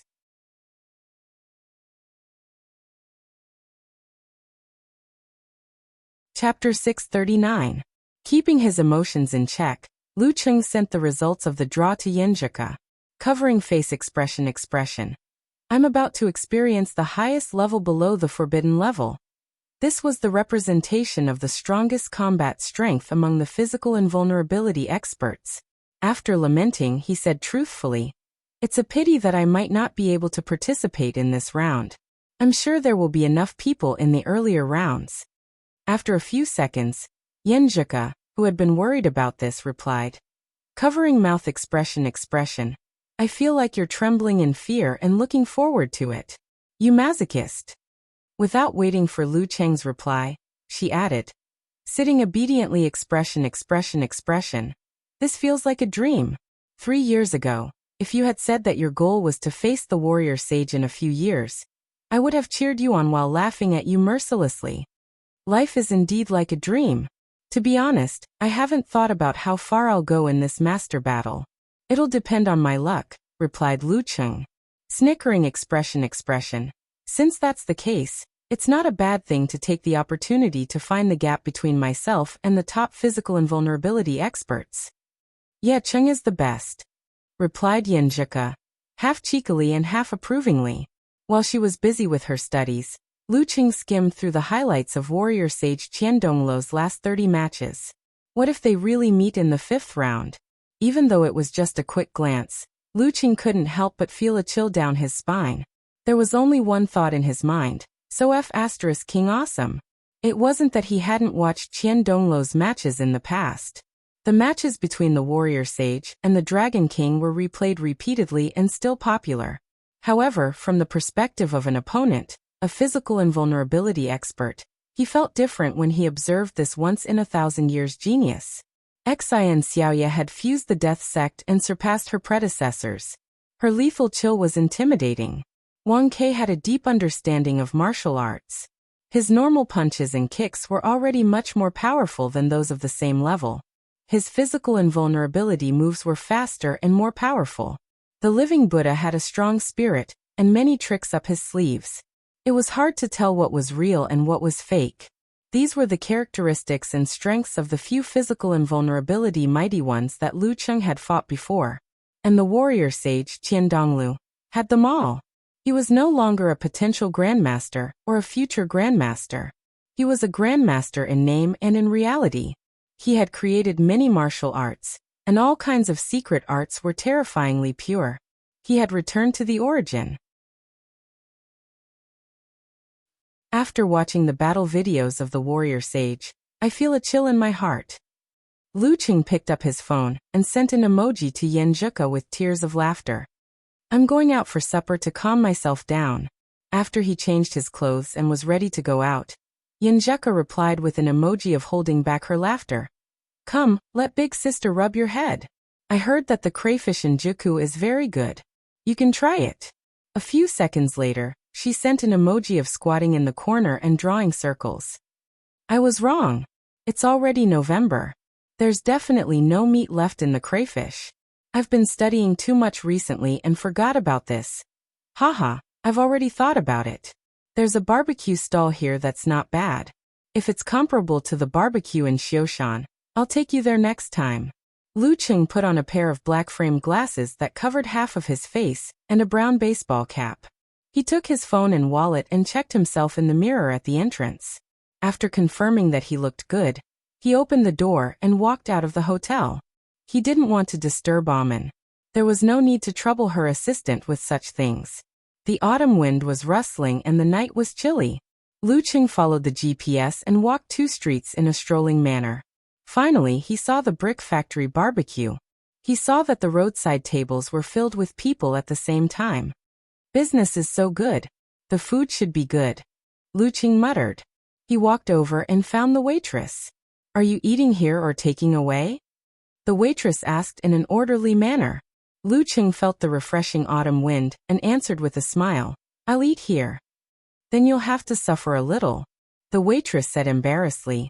Look, we don't have any more tables. How about we give you a stool to put the barbecue on? It's just right for you to sit on a small stool. Lu Qing looked at the plastic stool. He pondered for a few seconds and said, Sure. A mighty one with physical invulnerability, the heavenly son of China, was sitting on a small stool with a blue plastic stool in front of him. Lu Qing was in a daze at first. Then he took a picture and sent it to his little fairy. It feels like doing homework at the door when I was young. Back then, in order to watch the children play, he would bring out 2 stools, one high and one short, and sit in the open space outside the corridor to do his homework. He would do his homework for a while and play for a while. Before Yen Zhika could reply, his eyes were suddenly covered by a black shadow. He looked up and saw a tall and fat man standing in front of him, holding a small stool and a plastic stool in his hands. The fat man was wearing a gray plush hat and a black short-sleeved t-shirt. Although he hid it well, Lu Qing recognized him at first glance. He was the living Buddha, Shan, who had just defeated him in the afternoon. Living Buddha Shan. Shan had just sat down when he felt someone sizing him up. He followed the line of sight and was stunned. Lu Qing? In the background of the barbecue stall, the two of them stared at each other and didn't speak for a long time until the waitress came over and asked, What would you like to order? Lu Qing was stunned for a few seconds and said, 20 sticks of beef, 20 sticks of pork ribs. Shan followed closely and said, 20 sticks of potatoes, 20 sticks of eggplant. After announcing their dishes, they paused for a moment.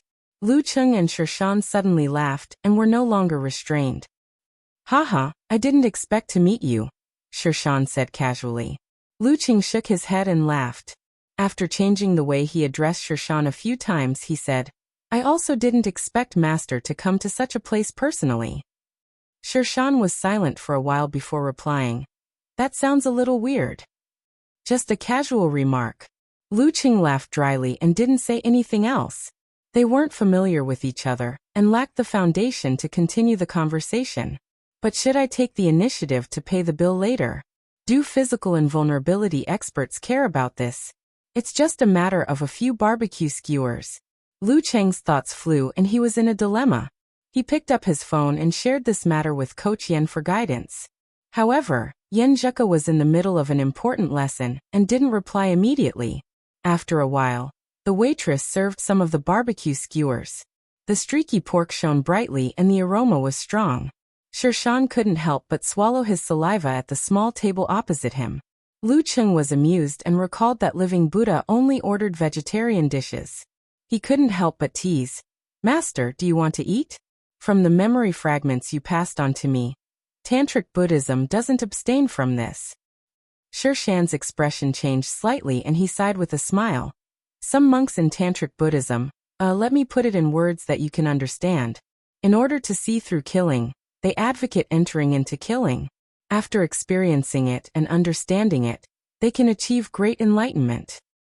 So it's fine for Master to eat meat skewers. After all, it's to see through? Lu Cheng smiled and asked knowingly. Shirshan shook his head slightly.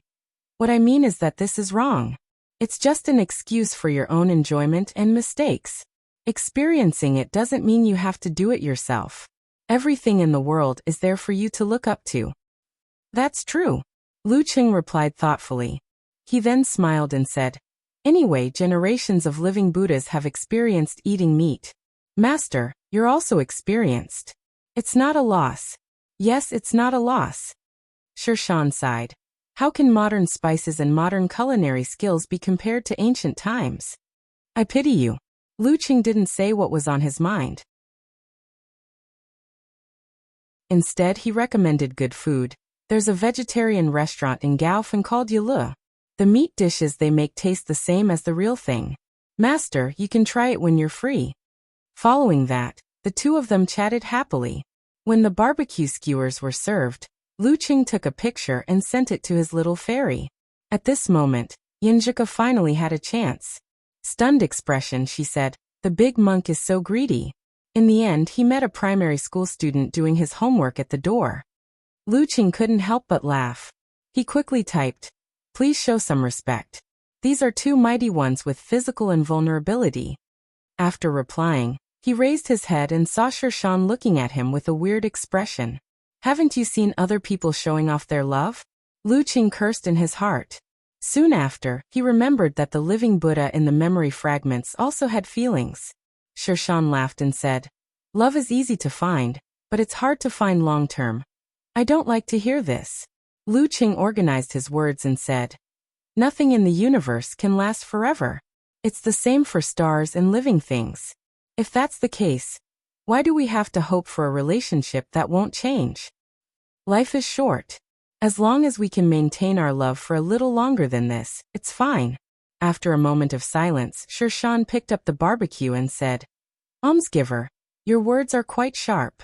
After saying that, he stood up and turned around to leave. I thought Master would say a few words of wisdom, said Lu Cheng, slightly surprised. Shirshan's face was very young, and his expression was a little mischievous. However, he gave off a feeling of weariness. I won't say it, I won't say it. It's hard to say it. He shook his head, carried the barbecue, and walked away slowly. Lu Cheng stared blankly, and felt that Shirshan did have the demeanor of an expert. At this moment, the waitress came over. Looking at Shirshan's back, she said, You're paying for his bill? Lu Cheng was dumbfounded. This monk didn't pay the bill. Where's the conscience of a monk? After being laughed at by Yen Zheke for more than a day, Lu Cheng welcomed the 5th round of the double elimination competition. Renli, who was the first to fight, lost to the King of Swords, Wu Qiao, without any chance to retaliate. After the first 16 rounds, There were a total of 11 eliminated participants. Peng Liyun had no choice but to go on stage and challenge the Wisdom King, Ji Hai. This battle was unusually intense. There were a few times when Lu Cheng thought that Peng Liyun could turn the tables, but the Wisdom King easily resolved the situation. In the end, the Wisdom King won without any controversy. With Peng Liyun's elimination, Lu Cheng entered the top 32 and didn't face the warrior sage, Qian Donglu. At 9 p.m., the draw for the top 32 began. He heard his name in the second round. Longhu Club Lu Cheng. When Lu Cheng sat up straight, his opponent appeared. Guanwai League Lu Yongyuan. God-slaying saber, Lu Yongyuan, the man with the potential to become the king of swords. P.S. Damn, after returning to Sichuan, of course I have to accompany my parents. Their schedule is very different from mine, so I'll have to put up with them for the next few days. That's why the update times are sometimes early and sometimes late.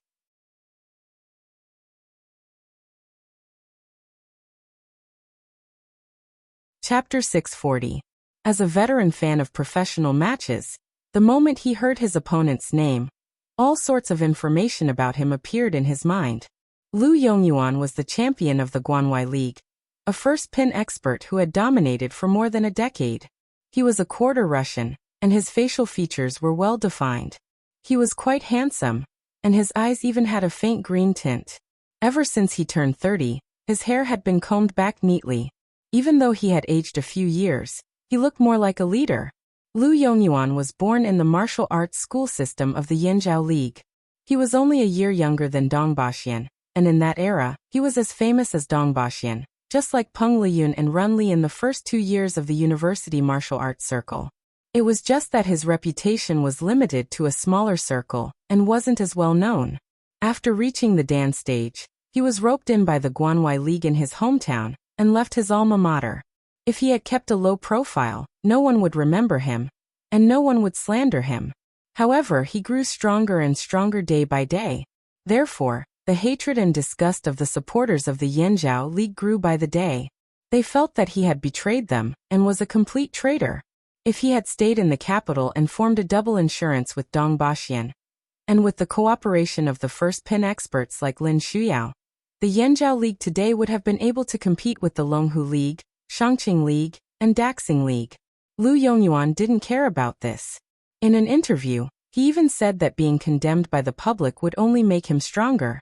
This was the truth. He was the kind of martial artist who would perform better in bigger situations. The stronger the enemy he faced, the stronger he would be. He had once slain both the warrior sage and the dragon king when they were in perfect condition, leaving behind a beautiful story. This was also the origin of the nickname God-slaying saber. However, other than the God-slaying saber, he was also known as the nervous saber. When he encountered an opponent of the same level but not as strong as him, he was often listless, unexcited, and absent-minded. As a result, he became the title-level expert who had been defeated the most times. Because of this, he had only received 2 titles in total, and they didn't include the warrior sage and the king. Regardless, the God-slaying saber was one of the few big shots in the martial arts world. In the hotel where the Guanwai League was staying, Lu Yongyuan, with his slicked-back hair, was lying on a deck chair on the balcony. Outside the window, the night was dark, and the lights were bright. He closed his eyes and gently tapped the dark green scabbard beside him with his right hand. The world-famous God-slaying saber was placed inside as if it was quietly sleeping, waiting for the moment when the wind and clouds converged. In the living room, which was separated from the balcony by a door, the big-screen television was broadcasting the drawing ceremony for the top 32. The sound was very low and almost indistinct. When he heard his name, Lu Yongyuan paused in his tapping of the scabbard. He didn't open his eyes. After a short pause, his right hand began to tap the dark green scabbard again. It was slow and natural, with a long rhythm. Outside, the autumn rain was hazy, dripping against the window, complementing each other. In this kind of silence and peace, there was suddenly a low and clear sound of collision from the dark green scabbard, as if the saber inside was jumping with joy. The clanging sounds converged into a dragon's roar that seemed to come from the depths of the sea. As soon as the results of the draw were out, many posts appeared in Lu Cheng's fan forum. All the good names are taken by Dog's expression, said, covering face and sighing expression. It can't be helped. The top 32 of every title battle are mostly made up of peerless experts and a small number of ordinary physical invulnerability experts who have recently maxed out their luck. It seems that Lu Cheng's luck has come to an end. He didn't draw Run Li and the others. Since that's the case, it doesn't matter who he fights. After all, it's not his home ground, so he doesn't have any geographical advantage, said a plumber eating mushrooms. Eternal nightfall? Yan Xiaoling quickly asked. I heard that on this road, passerby likes to fail miserably. Moreover, he fought hard to eliminate Liang Yifan in the 5th round and suffered serious injuries. My senior should have a chance of winning, right? For a physical invulnerability expert with that kind of injury, he will recover in a few days. Don't expect that. Road to the arena mercilessly dispelled Yan Xiaoling's fantasy. Laughing tears expression, said. If God-slaying Saber wasn't injured, with his usual performance, it's not impossible for him to lose to Lu Cheng due to carelessness. But now that he's injured, he will definitely be more cautious and careful. In this case, Lu Cheng's chances are slim. It's a bad thing that the opponent is injured. Niechichi didn't expect such an explanation. It's better to watch a title battle with an attitude of appreciation, said, funny expression. A newcomer to the forum. Tang Chuxiao expression. He was a strong talker, and was once obsessed with cultivation. As a result, he developed hysteria and shouted every day that today was the age of chaos. Later on, he was accidentally involved in a car accident and almost lost his life. Since then, he turned over a new leaf and resumed his old hobby. As he thought that Lu Cheng's performance was very similar to the cultivation in his fantasy, he became a fan. Listening to their replies, Yan Xiaoling replied with an emoji of, I'm in a good mood with a sad face. Then I'll bet on the 10 yuan senior to win. Hey, shouldn't you bet on Lu Yongyuan to win? Lu Cheng will be happy if he wins and get money if he loses, said Okamoto's fan, in surprise. Yan Xiaoling looked at them with disdain expression. I'm praying. Do you understand? Praying. Repeat after me, Qidao. I want to bet too. I want to bet too. I'll bet 20 yuan. Brahman jumped out. At this time, the drawing of lots continued. The battles between the strong fighters made the audience excited. They couldn't wait for the day after tomorrow to come. Kongtong School Runli. An old Taoist with silver hair mixed with black hair read out a new name. Within a few seconds, he picked out Runli's opponent. Shizhou Island Shang Yud. Lion King Shang Yud. During the drawing of lots, they usually only read out the name of the fighter. However, when it came to fighters with titles, they had to add their titles as a sign of respect. It was the same for special titles like Living Buddha. As for fighters like Dragon King and Warrior Sage, who often had 2 or 3 titles at the same time, they would pick their favorite. Fighters who had won the title of King more than 3 times would always have a similar title. As for Qian Donglu, because he had held on to the title of Warrior Sage for a long time, he had mentioned that Warrior Sage was him for a few years. Gradually, it became his nickname. Lu Cheng, who was chatting with Yen Zheka about the god-slaying saber, heard the result and immediately entered the group chat. Looks like it's your treat this time. Although both of them had encountered titled masters and most likely wouldn't be able to progress any further, and would be considered eliminated in the same round, Run Li's match would come later, which fit the keyword of persisting longer. I think so too, agreed Peng Liyun, who had been eliminated by Wisdom King. Hey Taoist, you seem to be in a good mood. Lu Cheng deliberately teased. Peng Liyun quickly replied. Aren't you the same? A certain husky, who had drawn the god-slaying saber, was in high spirits. Fights like this were more about finding the problem, recognizing the gap, and gaining something was considered a success. At this moment, Runli popped up and said, Don't be afraid. The god-slaying saber often loses. Although it's okay to cheer him on, why do I feel like Runli is trying to stir up trouble? In other words, don't be afraid, just do it. Lu Cheng's mouth twitched as he gave a dry laugh in response. With this interruption, he settled his thoughts and calmed down. He began to collect his emotions and asked Amen to get the video of the god-slaying sabers battle from the club. The afternoon of the day after tomorrow, at the arena on River Heart Island. The sun was high in the sky, the ground was burning, and the river was flowing east. The humidity was heavy. Lu Cheng stood at the front of the cruise ship and looked at the leveled ground. At this moment, Yanjeka sent a message. Smirking expression, she said, "This is your first time fighting with a weapon, right?" Lu Cheng replied, snickering expression, "If modern firearms don't count. I've fought with a gun before. You're so annoying. Don't worry about these details." Yanjeka replied with a disdainful expression. After chatting for a while, Lu Cheng looked up at the referee. He smiled, lowered his head, and said, "It's my turn." After replying, he locked the screen and passed the phone to Amen. With a light leap, he landed on the bow of the small boat. The waves parted as he moved forward slowly. Just as he reached River Heart Island, he saw a figure approaching from afar, and gradually getting bigger.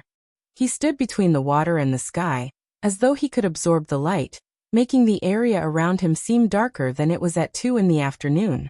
Step by step, the well-featured Lu Yong walked forward like an emissary of the eternal night. He held a long saber in his right hand. The dark green scabbard was quiet and restrained, but when Lu Cheng saw it, he was shocked. He felt as though there was an evil dragon locked in it that was about to break free and bite him. P.S. This time it's a few minutes earlier, but it'll be at midnight. It should be back to normal by the day after tomorrow.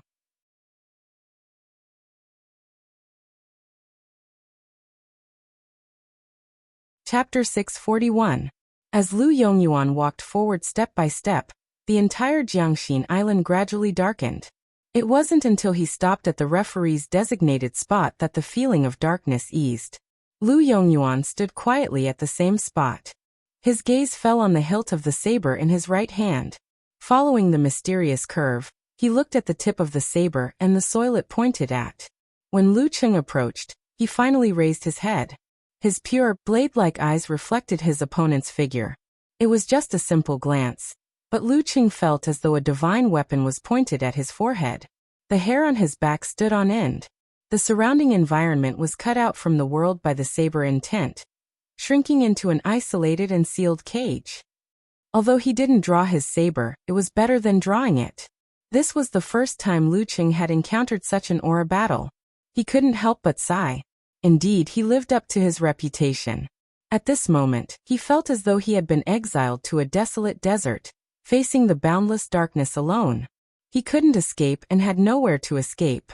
As this thought flashed through his mind, Lu Cheng formed the ice heart. Around him, a mass of red, a mass of gold, and a mass of light blue condensed, illuminating the darkness and resisting the saber force that was enveloping him. Lu Yongyuan didn't stop him. He looked at his 5 flames indifferently. At this moment, the referee finally confirmed the situation. He raised his right hand and announced loudly, "Conversation time starts now." Lu Yongyuan raised his head and looked away from Lu Cheng. He looked at the clouds in the distance and said in a deep and magnetic voice, "My saber technique originated from the dark infinite scripture. After 6 years of hard work, I mastered it." When he said this, his expression didn't change at all. His deep and three-dimensional facial features and sparkling green eyes made him look like a demon. His neatly combed back hair was inexplicably dyed with the vicissitudes of life. What was he trying to say? Lu Cheng knew very well that the Guanwei League used the dark infinite scripture, which was the secret art of the dark sect, as its foundation. They also mixed in a divine physical skill. Lu Yongyuan didn't wait for his opponent's reply. He stared at the horizon and continued. "In recent years, I have often felt the existence of shackles. The secret art of the predecessors is both a help and a cage. My saber technique originated from this, so it's time to break free from it." He retracted his gaze and looked into Lu Cheng's eyes again. The corners of his mouth lifted slightly. "I've spent 5 whole years reviewing myself and my saber techniques. Finally, I've gained something. Previously, when I encountered powerful enemies, my instincts overcame my unfamiliarity. I never had the time to use it. The impulse to swing my saber is getting stronger and stronger." This battle came at the right time. Halfway through, Lu Cheng roughly understood what his opponent was trying to say. Lu Yongyuan had mastered what he had learned in the first half of his life, and created his own unique blade technique. However, due to the fact that he had encountered opponents of similar strength in the previous rounds, he had habitually used his original moves under great pressure. He hadn't found an opportunity to practice his new technique in actual combat. Now he wanted to test the knife on himself. Without waiting for Lu Cheng to speak, Lu Yongyuan switched the weapon to his left hand. His right hand gripped the hilt of the saber, which had been rubbed until it shone like a mirror. As long as you can block 9 of my attacks, I will consider this as my loss. As soon as he said that, the audience who were listening to the broadcast went into an uproar. Isn't this looking down on him? Nyechichi posted in astonishment. In her opinion, even if Lu Cheng was facing a titled Mighty One in perfect condition, as long as it wasn't the likes of Dragon King or Warrior Sage, even if Lu Cheng lost miserably in the end, he wouldn't be defeated in 9 moves. It wouldn't be a problem for him to withstand 20 to 30 moves. It would be normal for him to fight for 5 to 6 minutes. Exactly. Eternal Nightfall, Yin Shaoling and Brahmin couldn't find any other words to say. They could only follow suit. This guy is too arrogant. Unparalleled Dragon King replied, comical expression. You guys fell for the provocation of God-slaying saber. If that's true, Yin Shaoling replied. Scratching head expression then, will Lu Yongyuan admit defeat if senior can withstand 9 attacks? Definitely. Under the watchful eyes of so many people in broad daylight, every word is as good as a nail. Unless he doesn't want his old face anymore. Unparalleled Dragon King replied without hesitation. Which martial artist doesn't care about face? Puzzled expression, Yin Shaoling asked again. If senior doesn't take the provocation, won't he be digging his own grave? This shows that he's very confident in his self-created saber technique. Unparalleled Dragon King said firmly. See, you said it yourself. His confidence is inflated, and he looks down on others too much. He's too arrogant. Yin Shaoling changed the topic again. Oh. Unparalleled Dragon King was speechless. After a while he replied, damn, your IQ is actually online today. This was the first time Lu Cheng encountered such a situation. It would be a lie to say that he wasn't angry. However, he quickly suppressed his agitated thoughts with icy heart, and began to suspect Lu Yongyuan's true intentions. Is he trying to provoke me? To make me lose my cool and choose to be rash? That's not right. He should know that I've mastered enemy heart-freezing move. Such psychological warfare wouldn't be effective. Is he serious? As thoughts ran through his mind, Lu Cheng's eyes became as deep as the starry sky. His tone was calm as he replied, then I'll look forward to seeing senior's saber technique. He didn't agree to the promise of 9 sabers, but he didn't deny it either. Lu Yongyuan nodded slightly and half-closed his eyes. He didn't speak anymore, as though he had turned into a stone statue. After a short while, the referee at the edge of River Heart Island gathered his Dantian Chi and shouted, begin! Clang! A long and distant sound suddenly came from Lu Yongyuan's scabbard. It was like the roar of a real dragon from the depths of the ocean, reverberating in Lu Cheng's ears and heart. The sound of the saber reached its peak as soon as it appeared. Lu Yongyuan flicked and released his left hand, and his right hand suddenly pulled out the famous god-slaying saber.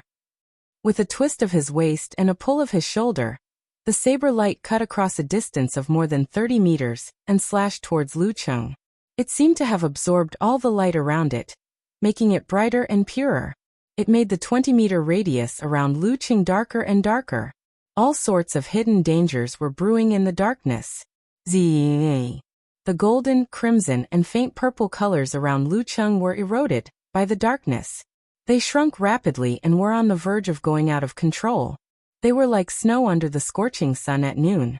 In his eyes, the line of heavenly light was dazzling and trembling continuously. Every tremor seemed to contain a change that corresponded to different dodging methods. At this moment, Lu Cheng didn't hesitate. He felt that retreating wasn't a good idea, and neither was defending. Once he used his body movement, he might be able to dodge the saber light, but he wouldn't be able to escape the terrifying darkness. Vice versa. This was a two-pronged attack with natural coordination. Thoughts flashed through his mind. With the reflection of his god, Lu Qing no longer hesitated. Following his final judgment, he made a response. He gathered the half-melted crimson, faint blue, and faint purple fireballs into a star that didn't explode but emitted light and heat.